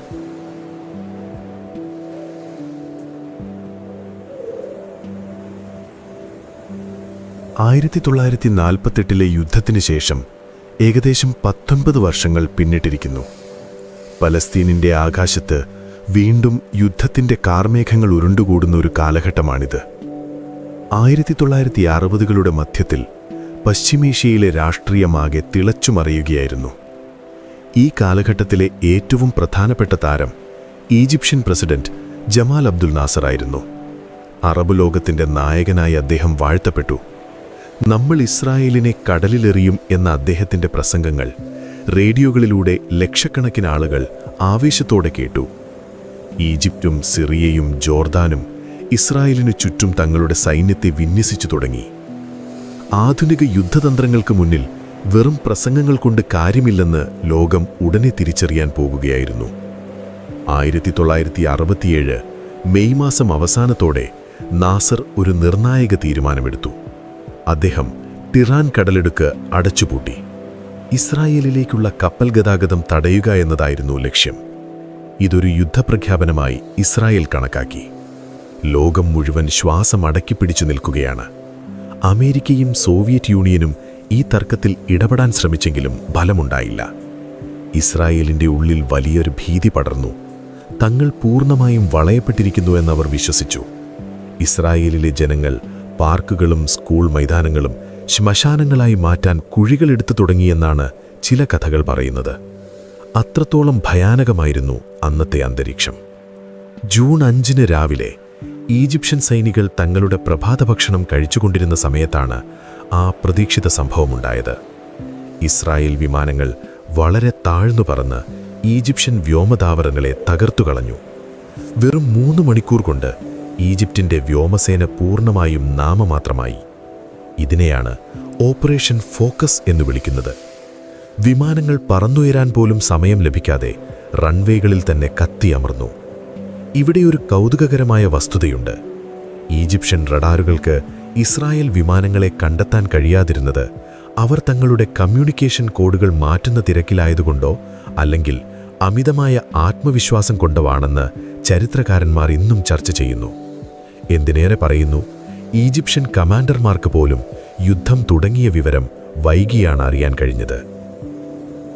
ഈജിപ്തിന് പിന്നാലെ സിറിയയുടെയും ജോർദാന്റെയും വ്യോമസേനകളെയും ഇസ്രായേൽ തകർത്തു. ആകാശത്ത് പൂർണ്ണ അധികാരം നേടിയ ഇസ്രായേൽ സൈന്യം പിന്നീട് കരയുദ്ധത്തിലേക്ക് കടന്നു.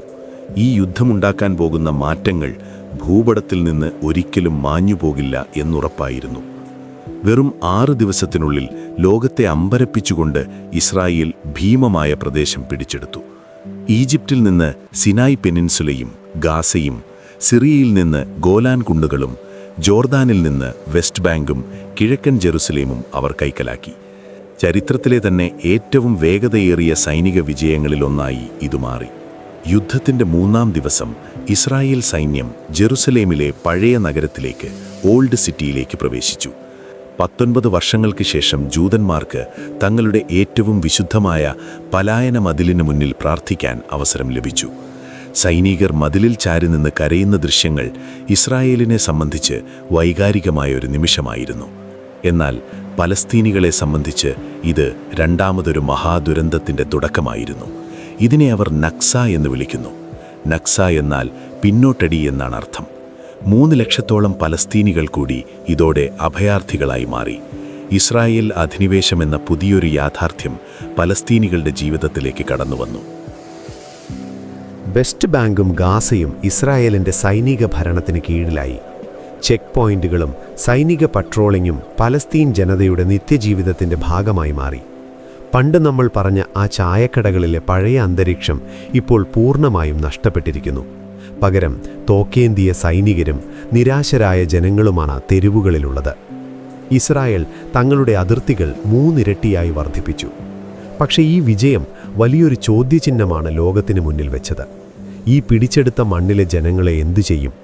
ഈ ചോദ്യത്തിന് ഇന്നും കൃത്യമായ ഒരു മറുപടി കണ്ടെത്താൻ ആർക്കും കഴിഞ്ഞിട്ടില്ല. ചില നയതന്ത്രജ്ഞർ അന്ന് തമാശയായി പറഞ്ഞിരുന്നത്, ഇസ്രായേൽ വലിയൊരു മധുരപലഹാരം കിട്ടിയ കുട്ടിയെപ്പോലെയാണ്, പക്ഷേ അതെങ്ങനെ വിഴുങ്ങണമെന്നവർക്കറിയില്ല എന്നാണ്. ചില ചരിത്രകാരന്മാർ ഇന്നും കടുത്ത തർക്കങ്ങളിലേർപ്പെടാറുണ്ട്. 1967 യുദ്ധം ഇസ്രായേലിൻ്റെ അതിജീവനത്തിന് അനിവാര്യമായിരുന്നോ അതോ മണ്ണ് പിടിച്ചെടുക്കാനുള്ള ഒരു ആസൂത്രിത നീക്കമായിരുന്നോ? ചിലപ്പോൾ ചരിത്രം തീരുമാനിക്കുന്നത് ഭൂപടം വരയ്ക്കുന്നവരാണ്, അല്ലാതെ അവിടെ ജീവിക്കുന്നവരല്ല എന്ന് പറയാറുണ്ട്. യുദ്ധത്തിന് ശേഷം ഐക്യരാഷ്ട്രസഭ 242 നമ്പർ പ്രമേയം പാസാക്കി. പിടിച്ചെടുത്ത മണ്ണിൽ നിന്ന് ഇസ്രായേൽ പിന്മാറണം, പകരം അറബ് രാജ്യങ്ങൾ ഇസ്രായേലിനെ അംഗീകരിക്കണം എന്നതായിരുന്നു ആ പ്രമേയത്തിൻ്റെ സാരം. പക്ഷേ ഇത് കടലാസിലൊതുങ്ങി. പിടിച്ചെടുത്ത പ്രദേശങ്ങളിൽ ഇസ്രായേൽ പതുക്കെ സെറ്റിൽമെൻറ്റുകൾ അഥവാ ജൂത കുടിയേറ്റ കേന്ദ്രങ്ങൾ നിർമ്മിക്കാൻ തുടങ്ങി. ഈ യുദ്ധം അറബ് ലോകത്തിൻ്റെ ആത്മവിശ്വാസം തകർത്ത് കളഞ്ഞു. നാസറിൻ്റെ സ്വപ്നങ്ങൾ തകർന്നു. ഇസ്രായേലാകട്ടെ തങ്ങൾ തോൽപ്പിക്കാനാവാത്തവരാണെന്ന ബോധ്യത്തിൽ പുതിയ പദ്ധതികൾ ആസൂത്രണം ചെയ്തു. പക്ഷേ അധിനിവേശത്തിന് കീഴിലായ ലക്ഷക്കണക്കിന് പാലസ്തീനികളുടെ ഉള്ളിൽ പുതിയൊരു പോരാട്ട വീര്യം ജന്മമെടുക്കുകയായിരുന്നു. തങ്ങളുടെ മണ്ണ് തിരിച്ചുപിടിക്കാൻ ഇനി അറബ് രാജ്യങ്ങളെ മാത്രം ആശ്രയിച്ചിട്ട് കാര്യമില്ലെന്നവർ തിരിച്ചറിഞ്ഞു. ഈ തിരിച്ചറിവാണ് പിൽക്കാലത്ത് PLO പോലുള്ള സംഘടനകൾ ശക്തിപ്പെടാൻ കാരണമായത്. 6 ദിവസം കൊണ്ട് ഭൂപടങ്ങൾ മാറിമറിഞ്ഞെങ്കിലും ആ മങ്ങിലെ മനുഷ്യരുടെ ദുരിതങ്ങൾ അവസാനമില്ലാതെ തുടരുകയായിരുന്നു. ഈ യുദ്ധം പശ്ചിമേഷ്യയിലെ സംഘർഷത്തിൻ്റെ സ്വഭാവം എന്നേക്കുമായി മാറ്റിമറിച്ചു.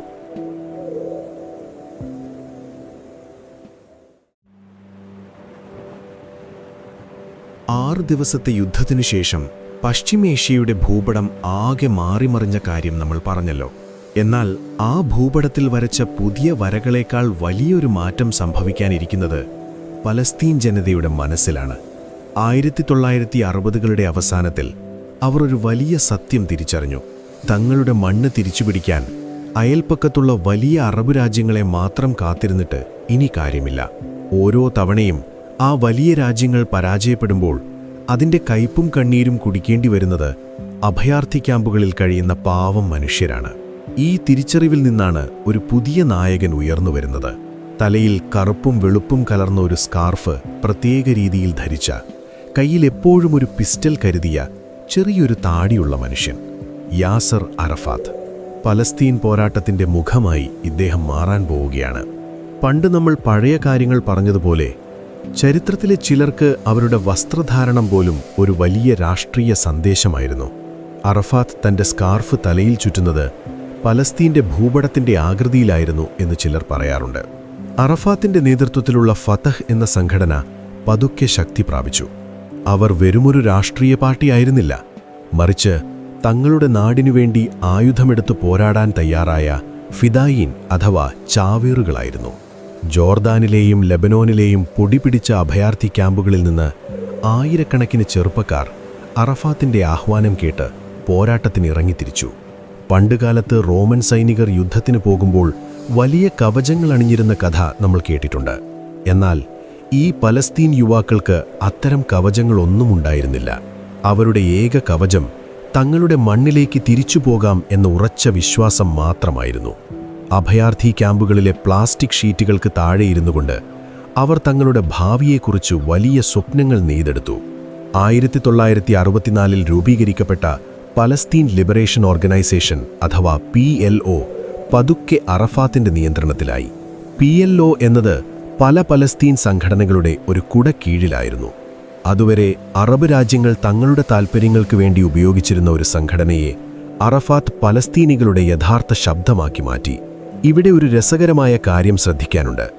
ലോകത്തിനു മുന്നിൽ തങ്ങൾ വെറും അഭയാർത്ഥികളല്ല, മറിച്ച് തങ്ങളുടെ അവകാശത്തിനു വേണ്ടി പോരാടുന്ന ഒരു ജനതയാണെന്ന് അവർ ഉറക്കെ വിളിച്ചു പറയാൻ തുടങ്ങി. രാഷ്ട്രീയത്തിൽ ചിലപ്പോൾ വാക്കുകൾക്ക് പീരങ്കികളേക്കാൾ ശക്തിയുണ്ടാകുമെന്ന് നമ്മൾ കാണാൻ പോവുകയാണ്. 1968 നടന്ന കരാമെ യുദ്ധം ഈ പോരാട്ട ചരിത്രത്തിലെ ഒരു വലിയ നാഴികക്കല്ലാണ്. ഇസ്രായേൽ സൈന്യം ജോർദാനിലെ പലസ്തീൻ ക്യാമ്പുകൾ ആക്രമിക്കാൻ വന്നപ്പോൾ ഫദായീനുകൾ അവരെ ധീരമായി നേരിട്ടു. സൈനികമായി നോക്കിയാൽ ഇസ്രായേലിന് വലിയ നാശനഷ്ടങ്ങളൊന്നും സംഭവിച്ചില്ലെങ്കിലും പലസ്തീനികളെ സംബന്ധിച്ച് അതൊരു വലിയ ധാർമ്മിക വിജയമായിരുന്നു. നമുക്കും അവരെ നേരിടാൻ കഴിയും എന്ന ആത്മവിശ്വാസം ഇത് നൽകി.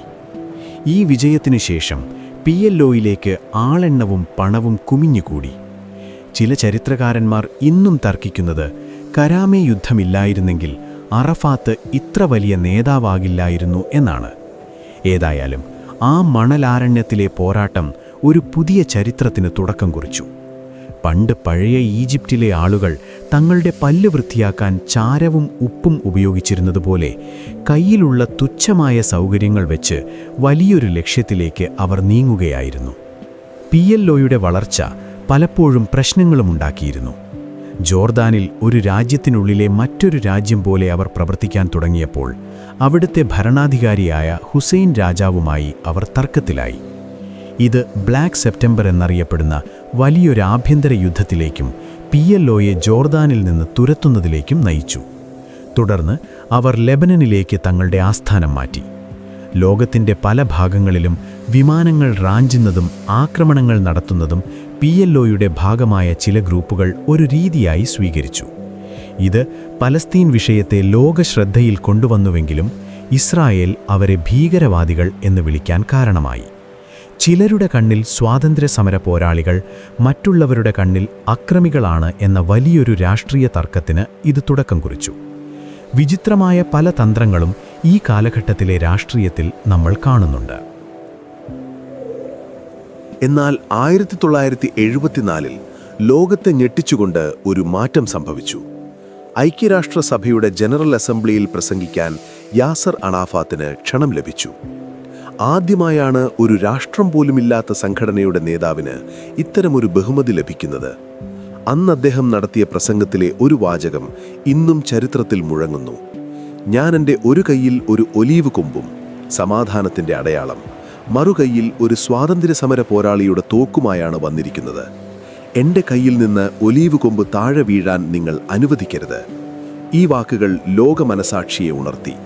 പലസ്തീനികളുടെ പ്രതിനിധിയായി PLOയെ ലോകരാജ്യങ്ങൾ അംഗീകരിക്കാൻ തുടങ്ങി. അറാഫാത്ത് വെറുമൊരു ഗറില്ല പോരാളിയിൽ നിന്ന് ഒരു നയതന്ത്രജ്ഞനായി പരിണമിക്കുന്ന കാഴ്ചയായിരുന്നു അത്. അറാഫാത്തിൻ്റെ വ്യക്തിത്വത്തെക്കുറിച്ച് ധാരാളം കഥകളുണ്ട്. അദ്ദേഹം എപ്പോഴും യൂണിഫോം മാത്രമേ ധരിക്കുമായിരുന്നുള്ളൂ. അദ്ദേഹത്തിന് സ്വന്തമായൊരു വീടോ സ്വത്തോ ഉണ്ടായിരുന്നില്ല. പലസ്തീൻ വിമോചനം മാത്രമായിരുന്നു അദ്ദേഹത്തിൻ്റെ ഏക ലക്ഷ്യം. അദ്ദേഹം ഉപയോഗിച്ചിരുന്ന വിമാനങ്ങൾ പലപ്പോഴും അപകടത്തിൽപ്പെടുമായിരുന്നു. പക്ഷേ അദ്ദേഹം അത്ഭുതകരമായി രക്ഷപ്പെടുമായിരുന്നു. ഇത് അദ്ദേഹത്തിന് പലസ്തീനികൾക്കിടയിൽ ഒരു ഇതിഹാസ പരിവേഷം നൽകി. എന്നാൽ മറുവശത്ത് സമാധാന ചർച്ചകളിൽ അദ്ദേഹം എടുത്ത നിലപാടുകളെക്കുറിച്ച് പണ്ഡിതന്മാർക്കിടയിൽ വലിയ തർക്കങ്ങളുണ്ട്. അദ്ദേഹം ശരിക്കും സമാധാനം ആഗ്രഹിച്ചിരുന്നോ അതോ വെറുമൊരു കൗശലക്കാരനായിരുന്നോ എന്ന് ഇന്നും ചിലർ ചോദിക്കാറുണ്ട്. ഈ കാലഘട്ടത്തിൽ പലസ്തീൻ എന്ന വികാരം ലോകം മുഴുവൻ പടർന്നു. പോസ്റ്ററുകളിലും കവിതകളിലും പാട്ടുകളിലും പലസ്തീൻ നിറഞ്ഞു നിന്നു. മഹമ്മൂദ് ദാർവിഷിനെ പോലെയുള്ള കവികൾ തങ്ങളുടെ വരികളിലൂടെ ആ ജനതയുടെ വേദനയും പോരാട്ട വീര്യവും ലോകത്തോട് പറഞ്ഞു. ഒരു ജനതയ്ക്ക് തങ്ങളുടെ മണ്ണ് നഷ്ടപ്പെട്ടെങ്കിലും അവരുടെ സംസ്കാരവും സ്വത്വവും ആർക്കും തകർക്കാൻ കഴിയില്ലെന്ന് PLOയുടെ നേതൃത്വത്തിലുള്ള ഈ കാലഘട്ടം തെളിയിച്ചു. തോക്കുകൾക്ക് നിശബ്ദമാക്കാൻ കഴിയാത്ത ചില ശബ്ദങ്ങൾ ചരിത്രത്തിലുണ്ടെന്ന് നമ്മൾ തിരിച്ചറിയുകയായിരുന്നു.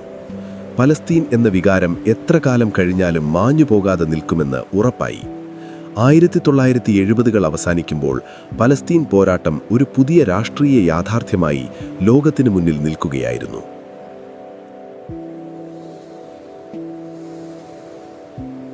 വർഷം 1987 ഡിസംബർ മാസത്തിലെ ഒരു തണുത്ത വൈകുന്നേരം ഗാസയിലെ ജബലിയ അഭയാർത്ഥി ക്യാമ്പിന് സമീപം നടന്ന ഒരു സാധാരണ വാഹനാപകടം ചരിത്രത്തിൻ്റെ ഗതി മാറ്റുമെന്ന് ആരും കരുതിയിരുന്നില്ല.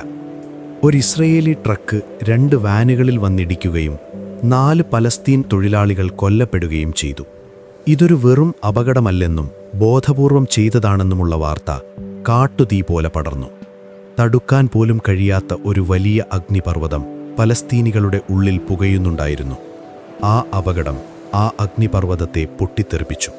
ഇതിനെയാണ് ഒന്നാം ഇൻതിഫാദ എന്ന് വിളിക്കുന്നത്. ഇൻതിഫാദ എന്ന അറബി വാക്കിൻ്റെ അർത്ഥം കുടഞ്ഞെറിയുക എന്നാണ്. തങ്ങളുടെ മേലുള്ള അധിനിവേശത്തെ കുടഞ്ഞെറിയാൻ ഒരു ജനത മുഴുവൻ തെരുവിലിറങ്ങിയ നിമിഷം. ഇവിടെ കൗതുകകരമായൊരു കാര്യമുണ്ട്. ഈ പോരാട്ടം നയിച്ചത് വലിയ സൈന്യങ്ങളോ തോക്കേന്തിയ ഗറില്ലകളോ ആയിരുന്നില്ല, മറിച്ച് സാധാരണക്കാരായ ജനങ്ങളായിരുന്നു. സ്ത്രീകളും കുട്ടികളും വൃദ്ധരും വരെ ഇതിൽ പങ്കുചേർന്നു. ആധുനിക ടാങ്കുകൾക്കും തോക്കുകൾക്കും മുന്നിൽ അവരെറിഞ്ഞത് വെറും കല്ലുകളായിരുന്നു. കല്ലുകളുടെ വിപ്ലവം എന്ന് ലോകം ഇതിനു വിളിച്ചു. വലിയ സൈനിക ശക്തിയായ ഇസ്രയേലിനു മുന്നിൽ ചെറിയ കുട്ടികൾ കല്ലെറിയുന്ന ദൃശ്യങ്ങൾ ടിവിയിലൂടെ ലോകം കണ്ടപ്പോൾ കാലങ്ങളായി നിലനിന്നിരുന്ന ദാവീദും ഗോലിയാത്തും എന്ന പ്രതിച്ഛായ ആകെ മാറിമറിഞ്ഞു. ഇവിടെ ഇസ്രയേൽ ഗോലിയാത്തും പലസ്തീൻ ദാവീദുമായി മാറി. കല്ലുകൾക്ക് പീരങ്കികളേക്കാൾ വലിയ ശബ്ദമുണ്ടാക്കാൻ കഴിയുമെന്ന് ആ തെരുവുകൾ തെളിയിച്ചു. ഈ കാലത്ത് പലസ്തീനിലെ ഓരോ വീടും ഓരോ സമരകേന്ദ്രമായി മാറി. ഇസ്രയേൽ ഉൽപ്പന്നങ്ങൾ ബഹിഷ്കരിക്കാനും നികുതി നൽകാതിരിക്കാനും അവർ തീരുമാനിച്ചു. രാത്രിയുടെ നിശബ്ദതയിൽ തെരുവുകളിൽ രഹസ്യമായി വിതരണം ചെയ്തിരുന്ന ബയാനത്ത് അഥവാ ലഘുലേഖകളിലൂടെയായിരുന്നു സമരത്തിൻ്റെ നിർദ്ദേശങ്ങൾ വന്നിരുന്നത്. വാട്സാപ്പോ ഇൻ്റർനെറ്റോ ഇല്ലാത്ത ആ കാലത്ത് ഈ ലഘുലേഖകൾ എങ്ങനെ കൃത്യമായി എല്ലാവരിലും എത്തിയിരുന്നു എന്നത് ഇന്നും ചരിത്രകാരന്മാർ അത്ഭുതത്തോടെ ചർച്ച ചെയ്യുന്ന കാര്യമാണ്. ചിലർ പറയുന്നത് ഇതൊരത്ഭുതകരമായ ജനകീയ ഏകോപനമായിരുന്നു എന്നാണ്. ഇസ്രയേൽ സൈന്യം സ്കൂളുകളും സർവകലാശാലകളും അടച്ചുപൂട്ടിയപ്പോൾ വീടുകൾക്കുള്ളിൽ രഹസ്യമായി ക്ലാസുകൾ നടത്തി അവർ തങ്ങളുടെ വിദ്യാഭ്യാസത്തെ സംരക്ഷിച്ചു. ഇതിനെ അണ്ടർഗ്രൗണ്ട് എഡ്യൂക്കേഷൻ എന്ന് വിളിക്കാം. ഇന്തിഫാദയുടെ കാലത്ത് ഒരു പുതിയ സംഘടന കൂടി രംഗപ്രവേശം ചെയ്തു: ഹമാസ്. അതുവരെ യാസർ അറഫാത്തിൻ്റെ PLO മാത്രമായിരുന്നു പ്രധാന ശക്തിയെങ്കിൽ മതപരമായ ചിന്താഗതികൾ മുൻനിർത്തി ഹമാസ് പതുക്കെ ജനങ്ങൾക്കിടയിൽ സ്വാധീനമുറപ്പിച്ചു. ഇതോടെ പലസ്തീൻ പോരാട്ടത്തിന് പുതിയൊരു മുഖം കൂടി കൈവന്നു. ഇസ്രയേൽ സൈന്യം ഈ ജനകീയ പ്രക്ഷോഭത്തെ അടിച്ചമർത്താൻ കടുത്ത നടപടികൾ സ്വീകരിച്ചു. അക്കാലത്തെ ഇസ്രയേൽ പ്രതിരോധ മന്ത്രിയായിരുന്ന ഇസഹാക്ക് റാബിൻ അവരുടെ അസ്ഥികൾ തകർക്കുക എന്നൊരു വിവാദപരമായ ഉത്തരവ് നൽകിയതായി പറയപ്പെടുന്നു. ലാഥികളും കണ്ണീർവാതകവും പ്രക്ഷോഭകാരികളെ തളർക്കിയില്ല, പകരം അതവരുടെ പോരാട്ടവീര്യം കൂട്ടുകയേ ചെയ്തുള്ളൂ. പണ്ട് നമ്മൾ പറഞ്ഞ ആ പഴയ ഈജിപ്തിലെ ചാരവും ഉപ്പും ചേർത്ത ടൂത്ത്പേസ്റ്റ് പോലെ ഈ കടുത്ത അനുഭവങ്ങൾ അവരെ കൂടുതൽ ശക്തരാക്കി. ഇന്തിഫാദ 6 വർഷത്തോളം നീണ്ടുനിന്നു. ഇത് ഇസ്രയേലിനും PLOയ്ക്കും ഒരു കാര്യം ബോധ്യപ്പെടുത്തി: ഈ പ്രശ്നം സൈനികമായി മാത്രം പരിഹരിക്കാൻ കഴിയില്ല. ഇസ്രയേലിന് ലക്ഷക്കണക്കിന് ജനങ്ങളെ എക്കാലവും തോക്കിൻമുനയിൽ നിർത്താൻ കഴിയില്ലെന്നും PLOയ്ക്ക് വിദേശത്തിരുന്ന് മാത്രം കാര്യങ്ങൾ നിയന്ത്രിക്കാൻ കഴിയില്ലെന്നും അവർ മനസ്സിലാക്കി. അങ്ങനെയാണ് ലോകത്തെ ഞെട്ടിച്ചുകൊണ്ട് സമാധാനത്തിനായുള്ള രഹസ്യ ചർച്ചകൾ തുടങ്ങുന്നത്.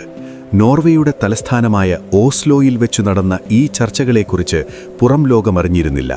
സാധാരണയായി സമാധാന ചർച്ചകൾ നടക്കുന്നത് വലിയ ഹോട്ടലുകളിലോ കൊട്ടാരങ്ങളിലോ ആയിരിക്കും. പക്ഷെ ഇത് നടന്നത് ഒരു കാടിന് നടുവിലുള്ള രഹസ്യ കേന്ദ്രത്തിലായിരുന്നു. 1993 സെപ്റ്റംബർ 13 വാഷിംഗ്ടണിലെ വൈറ്റ് ഹൗസ് പുൽത്തകിടിയിൽ ലോകം മുഴുവൻ ഉറ്റുനോക്കിയ ആ നിമിഷം സംഭവിച്ചു. കാലങ്ങളായി ശത്രുക്കളായിരുന്ന യാസർ അറാഫാത്തും ഇസഹാക്ക് റാബിനും പരസ്പരം കൈകൊടുത്തു. ഇതിനെയാണ് ഓസ്ലോ കരാർ എന്ന് വിളിക്കുന്നത്. ഇസ്രായേലിനെ അംഗീകരിക്കാൻ PLO തയ്യാറായി. പകരം പലസ്തീനികൾക്ക് സ്വയം ഭരണാധികാരമുള്ള ഒരു പലസ്തീൻ അതോറിറ്റി രൂപീകരിക്കാൻ ഇസ്രായേലും സമ്മതിച്ചു. അന്ന് ആ വേദിയിൽ അമേരിക്കൻ പ്രസിഡന്റ് ബിൽ ക്ലിന്റൺ ഇവർക്കിടയിൽ ഒരു പാലമായി നിന്നു.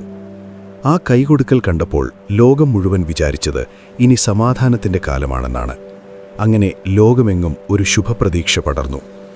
എന്നാൽ ഈ കരാർ ഒരു വലിയ ചതിക്കുഴിയായിരുന്നു എന്ന് കരുതുന്നവർ ഇന്നും ഒരുപാടുണ്ട്. ചില ചരിത്രകാരന്മാർ ചോദിക്കുന്നത് ഒരിക്കലും നടക്കാത്ത ഒരു സ്വപ്നമാണോ ഇവർ ജനങ്ങൾക്ക് നൽകിയത് എന്നാണ്.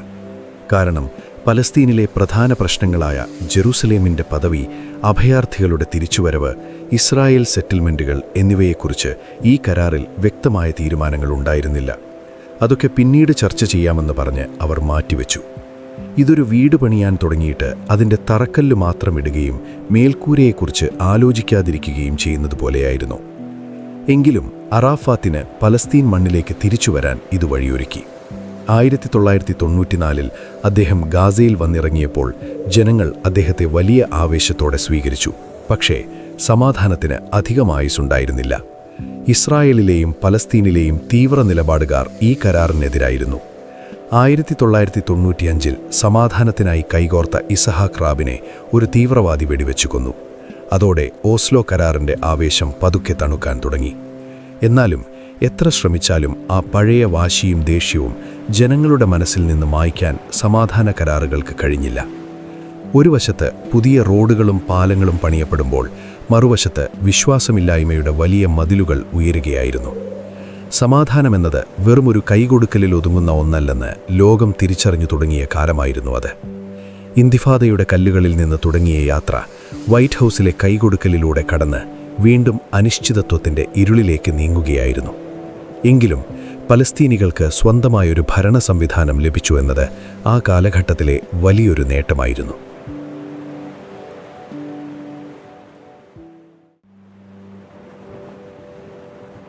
പുതിയൊരു സഹസ്രാബ്ദത്തിലേക്ക് ലോകം കാലെടുത്തു വയ്ക്കുമ്പോൾ പലസ്തീനിലെ ജനങ്ങൾ സമാധാനത്തിൻ്റെ ഒരു പുതിയ പുലരി പ്രതീക്ഷിച്ചിരുന്നു. എന്നാൽ 2000 ആണ്ടെത്തിയപ്പോൾ ആ പ്രതീക്ഷകൾ കരിനിഴലിലായി. നമ്മൾ നേരത്തെ പറഞ്ഞ ആ സമാധാന പ്രക്രിയ, പീസ് പ്രോസസ്, ശരിക്കും ഒരു പ്രക്രിയ മാത്രമായി മാറുകയായിരുന്നു. സമാധാനം എവിടെയും കണ്ടില്ല. അമേരിക്കൻ പ്രസിഡന്റ് ബിൽ ക്ലിന്റൺ തൻ്റെ കാലാവധി അവസാനിക്കുന്നതിനു മുൻപ് എങ്ങനെയെങ്കിലും ഈ പ്രശ്നം തീർക്കാൻ അവസാന ശ്രമം നടത്തി. ഇസ്രായേൽ പ്രധാനമന്ത്രി യഹൂദ് ബരാക്കിനെയും യാസർ അറാഫാത്തിനെയും അദ്ദേഹം അമേരിക്കയിലെ ക്യാമ്പ് ഡേവിഡിലേക്ക് ക്ഷണിച്ചു. 2 ആഴ്ചയോളം അവരവിടെ അടച്ചിരുന്ന് ചർച്ചകൾ നടത്തി. വിഭവസമൃദ്ധമായ വിരുന്നുകളും മനോഹരമായ പ്രകൃതിയും അവിടെ ഉണ്ടായിരുന്നെങ്കിലും അവരുടെ മനസ്സിലെ കയ്പ് മാറിയിരുന്നില്ല. ജെറുസലേമിൻ്റെ പദവിയെക്കുറിച്ചും അഭയാർത്ഥികളുടെ കാര്യത്തിലും അവർക്കൊരു ധാരണയിലെത്താൻ കഴിഞ്ഞില്ല. ആ ചർച്ചകൾ പരാജയപ്പെട്ടുവെന്ന് ലോകമറിഞ്ഞപ്പോൾ അതൊരു വലിയ ദുരന്തത്തിൻ്റെ തുടക്കമായിരുന്നു. ചില ചരിത്രകാരന്മാർ ഇന്നും അത്ഭുതപ്പെടുന്നത് അന്ന് ക്യാമ്പ് ഡേവിഡിൽ അല്പം കൂടി വിട്ടുവീഴ്ചകൾക്ക് ഇരുപക്ഷവും തയ്യാറായിരുന്നെങ്കിൽ ചരിത്രം മാറുമായിരുന്നു എന്നാണ്. ചർച്ചകൾ പരാജയപ്പെട്ടതോടെ പലസ്തീനിലെ തെരുവുകളിൽ നിരാശ പടർന്നു. ഈ സമയത്താണ് ഏരിയൽ ഷാരോൺ എന്ന ഇസ്രായേലി നേതാവ് ആവേശകരമായൊരു നീക്കം നടത്തുന്നത്. 2000 സെപ്റ്റംബറിൽ 1000ഓളം സുരക്ഷാ ഉദ്യോഗസ്ഥരുടെ അകമ്പടിയോടെ അദ്ദേഹം ജെറുസലേമിലെ അൽ അക്സ പള്ളി നിലനിൽക്കുന്ന പ്രദേശം സന്ദർശിച്ചു. ഇത് പലസ്തീനികളെ പ്രകോപിപ്പിച്ചു. പിറ്റേന്ന് തന്നെ വലിയ പ്രതിഷേധങ്ങൾ പൊട്ടിപ്പുറപ്പെട്ടു. ഇതിനെയാണ് 2ാം ഇന്തിഫാദ എന്ന് വിളിക്കുന്നത്. 1ാം ഇന്തിഫാദയിൽ നിന്ന് വ്യത്യസ്തമായി 2ാം ഇന്തിഫാദ വളരെ രക്തരൂക്ഷിതമായിരുന്നു. ഇത്തവണ കല്ലുകൾക്ക് പകരം തൂക്കുകളും ബോംബുകളും തെരുവിലിറങ്ങി. ഇസ്രായേൽ നഗരങ്ങളിൽ ചാവേർ ബോംബാക്രമണങ്ങൾ പതിവായി. ബസ്സുകളിലും ചായക്കടകളിലും സ്ഫോടനങ്ങൾ നടന്നതോടെ ഇസ്രായേലികൾ ഭീതിയിലായി. പണ്ട് നമ്മൾ പറഞ്ഞ ആ ചായക്കടകളിലെ സൗഹൃദം ഇപ്പോൾ ഒരു വിദൂര സ്വപ്നം മാത്രമാണ്. മറുവശത്ത് ഇസ്രായേൽ സൈന്യം തങ്ങളുടെ ടാങ്കുകളും വിമാനങ്ങളും ഉപയോഗിച്ച് പലസ്തീൻ നഗരങ്ങളെ വളഞ്ഞു. രാമല്ലയിലെ യാസർ അറാഫാത്തിൻ്റെ ആസ്ഥാനമായ മുഖാത്ത ഇസ്രായേൽ സൈന്യം മാസങ്ങളോളം ഉപരോധിച്ചു. ജനലുകൾ തകർന്ന് വൈദ്യുതി പോയ ആ കെട്ടിടത്തിനുള്ളിൽ അറാഫാത്ത് ഏതാണ്ട് തടവുകാരനെ പോലെയായി. ഈ യുദ്ധത്തിൻ്റെ ഭീകരത വിവരിക്കാൻ വാക്കുകൾക്ക് കഴിയില്ല. ആയിരക്കണക്കിന് ആളുകൾക്ക് ജീവൻ നഷ്ടപ്പെട്ടു. സമ്പദ്വ്യവസ്ഥ തകർന്നു. ഇവിടെ ഒരു വിചിത്രമായ വസ്തുതയുണ്ട്. 2ാം ഇന്തിഫാദയുടെ കാലത്ത് ഇസ്രായേൽ സൈന്യം പലസ്തീൻ നഗരങ്ങളിൽ പ്രവേശിക്കാതിരിക്കാൻ വീടുകളുടെ ഭിത്തികൾ തുരന്ന് ഉള്ളിലൂടെ സഞ്ചരിക്കാറുണ്ടായിരുന്നു. തെരുവിലൂടെ പോയാൽ ആക്രമിക്കപ്പെടുമെന്ന പേടികൊണ്ടായിരുന്നു ഇത്. ഒരു വീടിൻ്റെ സ്വീകരണ മുറിയിൽ നിന്ന് അടുക്കള വഴി അയൽപ്പക്കത്തെ വീട്ടിലേക്ക് സൈനികർ കടന്നുവരുന്നതൊന്നാലോചിച്ചു നോക്കൂ. ഈ കാലഘട്ടം ജനങ്ങളുടെ മനസ്സിൽ വലിയൊരു മതിൽ പണിയുകയായിരുന്നു. പരസ്പര വിശ്വാസം പൂർണ്ണമായും നഷ്ടപ്പെട്ട ആ വർഷങ്ങൾ സമാധാന ചർച്ചകളെ പതിറ്റാണ്ടുകൾ പിന്നോട്ട് കൊണ്ടുപോയി. 2ാം ഇന്തിഫാദ കത്തി നിൽക്കുമ്പോഴാണ് ഇസ്രായേൽ തങ്ങളുടെ ഏറ്റവും വലിയ വിവാദ പദ്ധതി തുടങ്ങുന്നത്. സെപ്പറേഷൻ ബാരിയർ അഥവാ വേർതിരിക്കൽ മതിൽ. ഏകദേശം 8 മീറ്റർ ഉയരമുള്ള കോൺക്രീറ്റ് പാളികളും ഇലക്ട്രോണിക് വേലികളും വാച്ച് ടവറുകളും അടങ്ങുന്ന ഈ മതിൽ വെസ്റ്റ് ബാങ്കിനെ ഇസ്രായേലിൽ നിന്ന് വേർതിരിക്കാനാണ് നിർമ്മിച്ചത്. സുരക്ഷയ്ക്ക് വേണ്ടിയാണിതെന്ന് ഇസ്രായേൽ അവകാശപ്പെട്ടപ്പോൾ ഇത് പലസ്തീൻ മണ്ണ് തട്ടിയെടുക്കാനുള്ള തന്ത്രമാണെന്ന് പലസ്തീനികൾ പറഞ്ഞു. ഈ മതിൽ പല കർഷകരെയും അവരുടെ ഒലിവ് തോട്ടങ്ങളിൽ നിന്നകറ്റി. ഒരു ഗ്രാമത്തിലെ ആളുകൾക്ക് അടുത്ത ഗ്രാമത്തിലേക്ക് പോകാൻ മണിക്കൂറുകളോളം ചെക്ക് പോയിന്റുകളിൽ കാത്തു നിൽക്കേണ്ടി വന്നു. സ്നേഹബന്ധങ്ങളും കുടുംബങ്ങളും ഈ മതിലിനാൽ വിഭജിക്കപ്പെട്ടു. അവിടെങ്ങും പരന്നിരുന്ന സാഹോദര്യം ഇപ്പോൾ ഈ മതിലിനു പിന്നിൽ ശ്വാസം മുട്ടുകയായിരുന്നു. 2004 പലസ്തീൻ പോരാട്ടത്തിന്റെ നായകനായിരുന്ന യാസർ അറാഫാത്ത് പാരീസിലെ ഒരു ആശുപത്രിയിൽ വെച്ച് അന്തരിച്ചു. അദ്ദേഹത്തിന്റെ മരണം ഇന്നും ഒരു ദുരൂഹതയാണ്. അദ്ദേഹം വിഷമുള്ളിൽ ചെന്നാണ് മരിച്ചതെന്ന് പലരും വിശ്വസിക്കുന്നു. ഇതിനെക്കുറിച്ച് ശാസ്ത്രലോകത്ത് ഇന്നും വലിയ തർക്കങ്ങൾ നടക്കുന്നുണ്ട്. അദ്ദേഹത്തിന്റെ ഭൗതികദേഹം രാമല്ലയിൽ അടക്കം ചെയ്തപ്പോൾ ലക്ഷക്കണക്കിന് ആളുകളാണ് വിതുമ്പലോടെ ഒഴുകിയെത്തിയത്. അറാഫാത്തിന് ശേഷം മഹ്മൂദ് അബ്ബാസ് പലസ്തീൻ അതോറിറ്റിയുടെ നേതൃത്വമേറ്റെടുത്തു. പക്ഷേ സമാധാനം അപ്പോഴും അകലെയായിരുന്നു. തോക്കുകൾക്ക് പകരം രാഷ്ട്രീയ തന്ത്രങ്ങൾ പരീക്ഷിച്ചെങ്കിലും മാറ്റമൊന്നുമുണ്ടായില്ല. എന്നാൽ 2005 ലോകത്തെ ഞെട്ടിച്ചുകൊണ്ട് ഇസ്രയേൽ പ്രധാനമന്ത്രി ഏരിയൽ ഷാരോൺ ഒരു തീരുമാനമെടുത്തു. ഗാസയിൽ നിന്ന് ഇസ്രയേൽ സൈന്യത്തെയും സെറ്റിൽമെന്റുകളെയും പൂർണ്ണമായും പിൻവലിക്കുക. ഗാസ ഡിസെൻഗേജ്മെന്റ് എന്ന് ഇതിനെ വിളിക്കുന്നു. പതിറ്റാണ്ടുകളായി അവിടെ താമസിച്ചിരുന്ന ജൂത കുടിയേറ്റക്കാരെ ഇസ്രയേൽ സൈന്യം തന്നെ ബലം പ്രയോഗിച്ച് അവിടെ നിന്ന് മാറ്റുന്നത് ടിവിയിലൂടെ ലോകം കണ്ടു. ഗാസ സ്വതന്ത്രമാകാൻ പോകുകയാണെന്ന് പലരും കരുതി. പക്ഷേ അത് വലിയൊരു ഉപരോധത്തിന്റെ തുടക്കമായിരുന്നു. ഗാസയുടെ അതിർത്തികൾ ഇസ്രയേൽ നിയന്ത്രിക്കാൻ തുടങ്ങിയതോടെ ആ പ്രദേശം ഒരു തുറന്ന ജയിൽ പോലെയായി മാറി. അധിനിവേശത്തിന്റെ ആഘാതം അവിടെ അത്രമേൽ ആഴത്തിലായിരുന്നു. ഈ കാലഘട്ടത്തിലെ മറ്റൊരു പ്രധാന കാര്യം ഇസ്രയേലിൽ സെറ്റിൽമെന്റുകൾ അനിയന്ത്രിതമായി വർദ്ധിച്ചു എന്നതാണ്. സമാധാന ചർച്ചകൾ നടക്കുമ്പോൾ തന്നെ മറുവശത്ത് പുതിയ കെട്ടിടങ്ങളും റോഡുകളും പലസ്തീൻ മണ്ണിൽ ഉയർന്നുകൊണ്ടിരുന്നു. ഇത് പലസ്തീനികളുടെ ഭാവി രാഷ്ട്രമെന്ന സ്വപ്നത്തെ ഇല്ലാതാക്കി. 2 രാഷ്ട്രങ്ങൾ 2 സ്റ്റേറ്റ് സൊല്യൂഷൻ എന്ന ആശയത്തിനു മുകളിൽ വലിയൊരു ചോദ്യചിഹ്നം ഇക്കാലത്ത് ഉയർന്നുവന്നു. ജനങ്ങൾ തമ്മിലുള്ള അകലം മതിലുകളേക്കാൾ ഉയരത്തിൽ വളർന്നു. പണ്ട് പഴയ ഈജിപ്തിലെ ചാരവും ഉപ്പും ചേർത്ത ടൂത്ത്പേസ്റ്റ് ഉപയോഗിച്ച് പല്ല് വൃത്തിയാക്കിയിരുന്ന ആ പഴമക്കാർക്ക് പോലും ആലോചിക്കാൻ കഴിയാത്തത്ര സങ്കീർണമായി ആ മണ്ണിന്റെ രാഷ്ട്രീയം മാറി. പ്രതീക്ഷകൾ തകരുകയും മതിലുകൾ ഉയരുകയും ചെയ്ത ഈ വർഷങ്ങൾ പലസ്തീൻ ചരിത്രത്തിലെ ഏറ്റവും ഇരുളടങ്ങിയ അധ്യായങ്ങളിലൊന്നാണ്.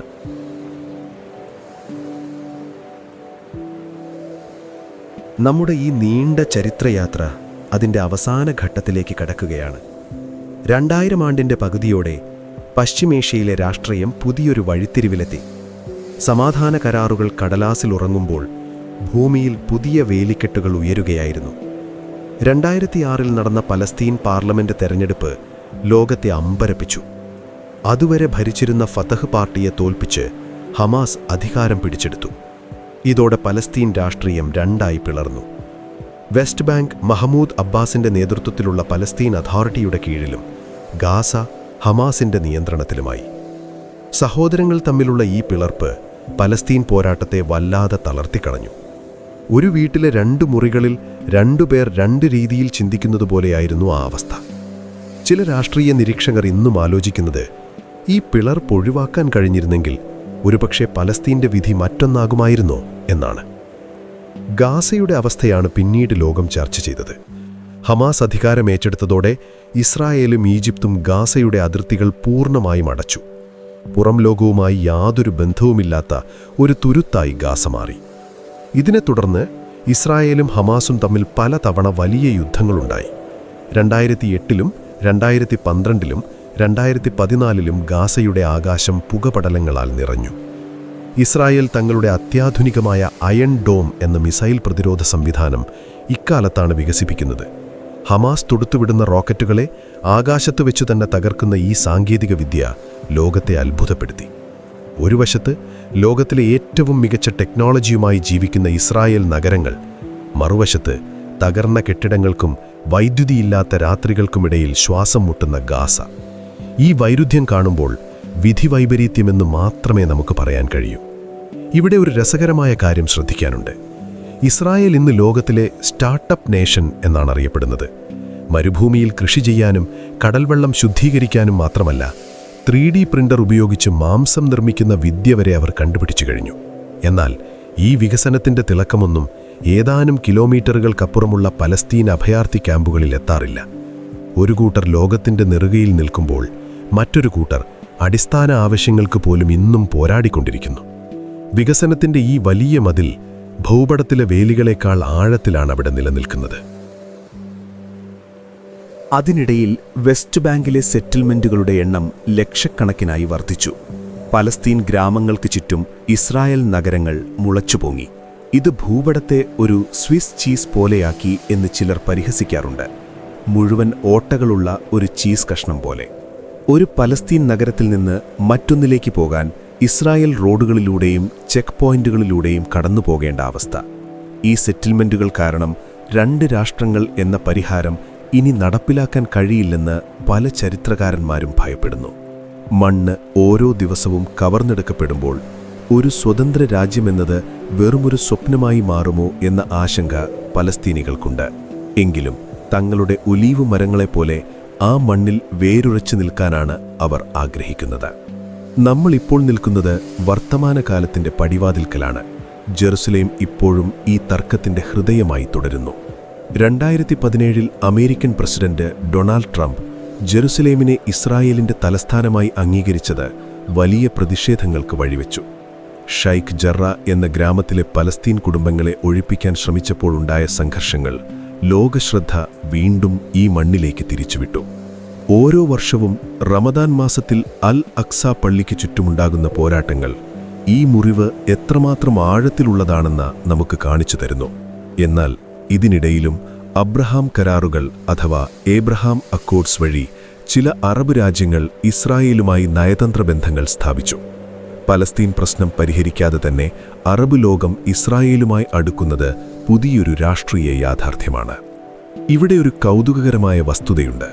ഇസ്രായേലിലെ കെട്ടിടങ്ങളെല്ലാം ജെറുസലേം സ്റ്റോൺ എന്ന പ്രത്യേകതരം കല്ലുകൊണ്ട് മാത്രമേ നിർമ്മിക്കാവൂ എന്ന് നിയമമുണ്ട്. അത് നഗരത്തിന് ഒരു പ്രത്യേക മഞ്ഞ നിറം നൽകുന്നു. ആയിരക്കണക്കിന് വർഷങ്ങളായി ആ കല്ലുകൾ അവിടെയുണ്ട്. സാമ്രാജ്യങ്ങൾ വന്നുപോയി, രാജാക്കന്മാർ മാറി, പക്ഷേ ആ കല്ലുകൾക്ക് മാറ്റമില്ല. അതേപോലെ തന്നെയാണ് അവിടുത്തെ ജനങ്ങളുടെ പോരാട്ടവും. എത്ര ആധുനികമായ ആയുധങ്ങൾ വന്നാലും മനുഷ്യന്റെ മണ്ണുമായുള്ള ആത്മബന്ധം മാറ്റാൻ ആർക്കും കഴിയില്ല. ഇസ്രായേൽ കുട്ടികൾ സൈനിക സേവനത്തിന് തയ്യാറെടുക്കുമ്പോൾ പലസ്തീൻ കുട്ടികൾ തങ്ങളുടെ പൂർവികരുടെ വീടിന്റെ താക്കോലും നെഞ്ചോട് ചേർത്ത് പിടിക്കുന്നു. ഈ 2 തലമുറകളും ഒരേ ആകാശത്തിന് കീഴിൽ ഒരേ കാറ്റ് ശ്വസിച്ച് പക്ഷേ 2 വ്യത്യസ്ത ലോകങ്ങളിൽ ജീവിക്കുന്നു. നമ്മൾ ഈ ചരിത്രം പരിശോധിക്കുമ്പോൾ മനസ്സിലാക്കുന്നത് ഇത് വെറുമൊരു ഭൂമിക്ക് വേണ്ടിയുള്ള പോരാട്ടമല്ല എന്നാണ്. ഇത് ഐഡന്റിറ്റിയുടെയും നിലനിൽപ്പിൻ്റെയും കഥയാണ്. ഒരു ജനതയ്ക്ക് അത് 2000 വർഷത്തെ നാടുകടത്തലിന് ശേഷമുള്ള തിരിച്ചുവരവാണെങ്കിൽ മറ്റൊരു ജനതയ്ക്ക് അത് നൂറ്റാണ്ടുകളായി തങ്ങൾ ജീവിച്ച മണ്ണിൽ നിന്ന് പുറത്താക്കപ്പെട്ടതിൻ്റെ വേദനയാണ്. ഈ 2 ശരികൾ തമ്മിലുള്ള ഏറ്റുമുട്ടലാണ് ഇന്ന് നമ്മൾ കാണുന്ന ഈ സംഘർഷം. സമാധാനമെന്നത് വെറുമൊരു കരാറിലല്ല, മറിച്ച് പരസ്പരമുള്ള അംഗീകരിക്കലിലാണിരിക്കുന്നത്. ഭൂപടത്തിലെ വരകൾക്ക് മാറ്റാൻ കഴിയാത്ത ചില സത്യങ്ങൾ മനുഷ്യരുടെ മനസ്സിലുണ്ട്. വരും കാലങ്ങളിൽ ആ മണ്ണിൽ സമാധാനത്തിൻ്റെ ഒലീവ് മരങ്ങൾ വീണ്ടും തഴച്ചു വളരുമെന്ന് നമുക്ക് പ്രത്യാശിക്കാം. ഇപ്പോൾ നമ്മൾ ഈ നീണ്ട കഥയുടെ അവസാനത്തിലെത്തിയിരിക്കുകയാണ്. രാത്രിയുടെ നിശബ്ദത ജെറുസലേമിലെയും ഗാസയിലെയും തെരുവുകളിൽ പടർന്നിരിക്കുന്നു. ഗലീലയിലെ കുന്നുകളിൽ നിന്ന് വീശുന്ന തണുത്ത കാറ്റ് ആ പഴയ ഒലീവ് മരങ്ങളെ തലോടി കടന്നുപോകുന്നു. നമ്മൾ സംസാരിച്ച ആ പത്രപ്രവർത്തകരും കർഷകരും നേതാക്കളുമൊക്കെ ചരിത്രത്തിൻ്റെ ഭാഗമായി കഴിഞ്ഞു. ഭൂപടങ്ങൾ മാറിയിട്ടുണ്ടാകാം, അതിർത്തികൾക്ക് മുകളിൽ മതിലുകൾ ഉയർന്നിട്ടുണ്ടാകാം, പക്ഷേ ആ മണ്ണിലെ മനുഷ്യരുടെ സ്വപ്നങ്ങൾക്ക് മാറ്റമില്ല. രാത്രിയുടെ ഇരുട്ടിൽ ആകാശത്തെ നക്ഷത്രങ്ങളെ നോക്കിക്കിടക്കുമ്പോൾ അവ ഈ അതിരുകളൊന്നും കാണുന്നില്ല. ഇന്ന് നമ്മൾ കേട്ട ഈ കഥ ഒരു വലിയ പാഠമാണ്. അധികാരത്തിനും ഭൂമിക്കും വേണ്ടിയുള്ള പോരാട്ടങ്ങൾക്കിടയിൽ മനുഷ്യത്വം എവിടെയോ മറന്നുപോകുന്നു. എങ്കിലും എന്നെങ്കിലും ആ മണ്ണിൽ കുട്ടികൾ ഭയമില്ലാതെ കളിക്കുമെന്നും ചായക്കടകളിൽ പഴയതുപോലെ സൗഹൃദങ്ങൾ തളിർക്കുമെന്നും നമുക്ക് വിശ്വസിക്കാം. ഓരോ പോരാട്ടത്തിനും ഒരവസാനമുണ്ടെന്ന് ചരിത്രം നമ്മെ പഠിപ്പിക്കുന്നുണ്ട്. മനസ്സിനെ ശാന്തമാക്കുക. ചരിത്രത്തിൻ്റെ ഈ ഭാരം ഇപ്പോൾ മാറ്റിവെക്കാം. നിങ്ങൾ കേട്ട ഈ വാക്കുകൾ ഒരു താരാട്ടുപോലെ നിങ്ങളുടെ ഉറക്കത്തിലേക്ക് പടരട്ടെ.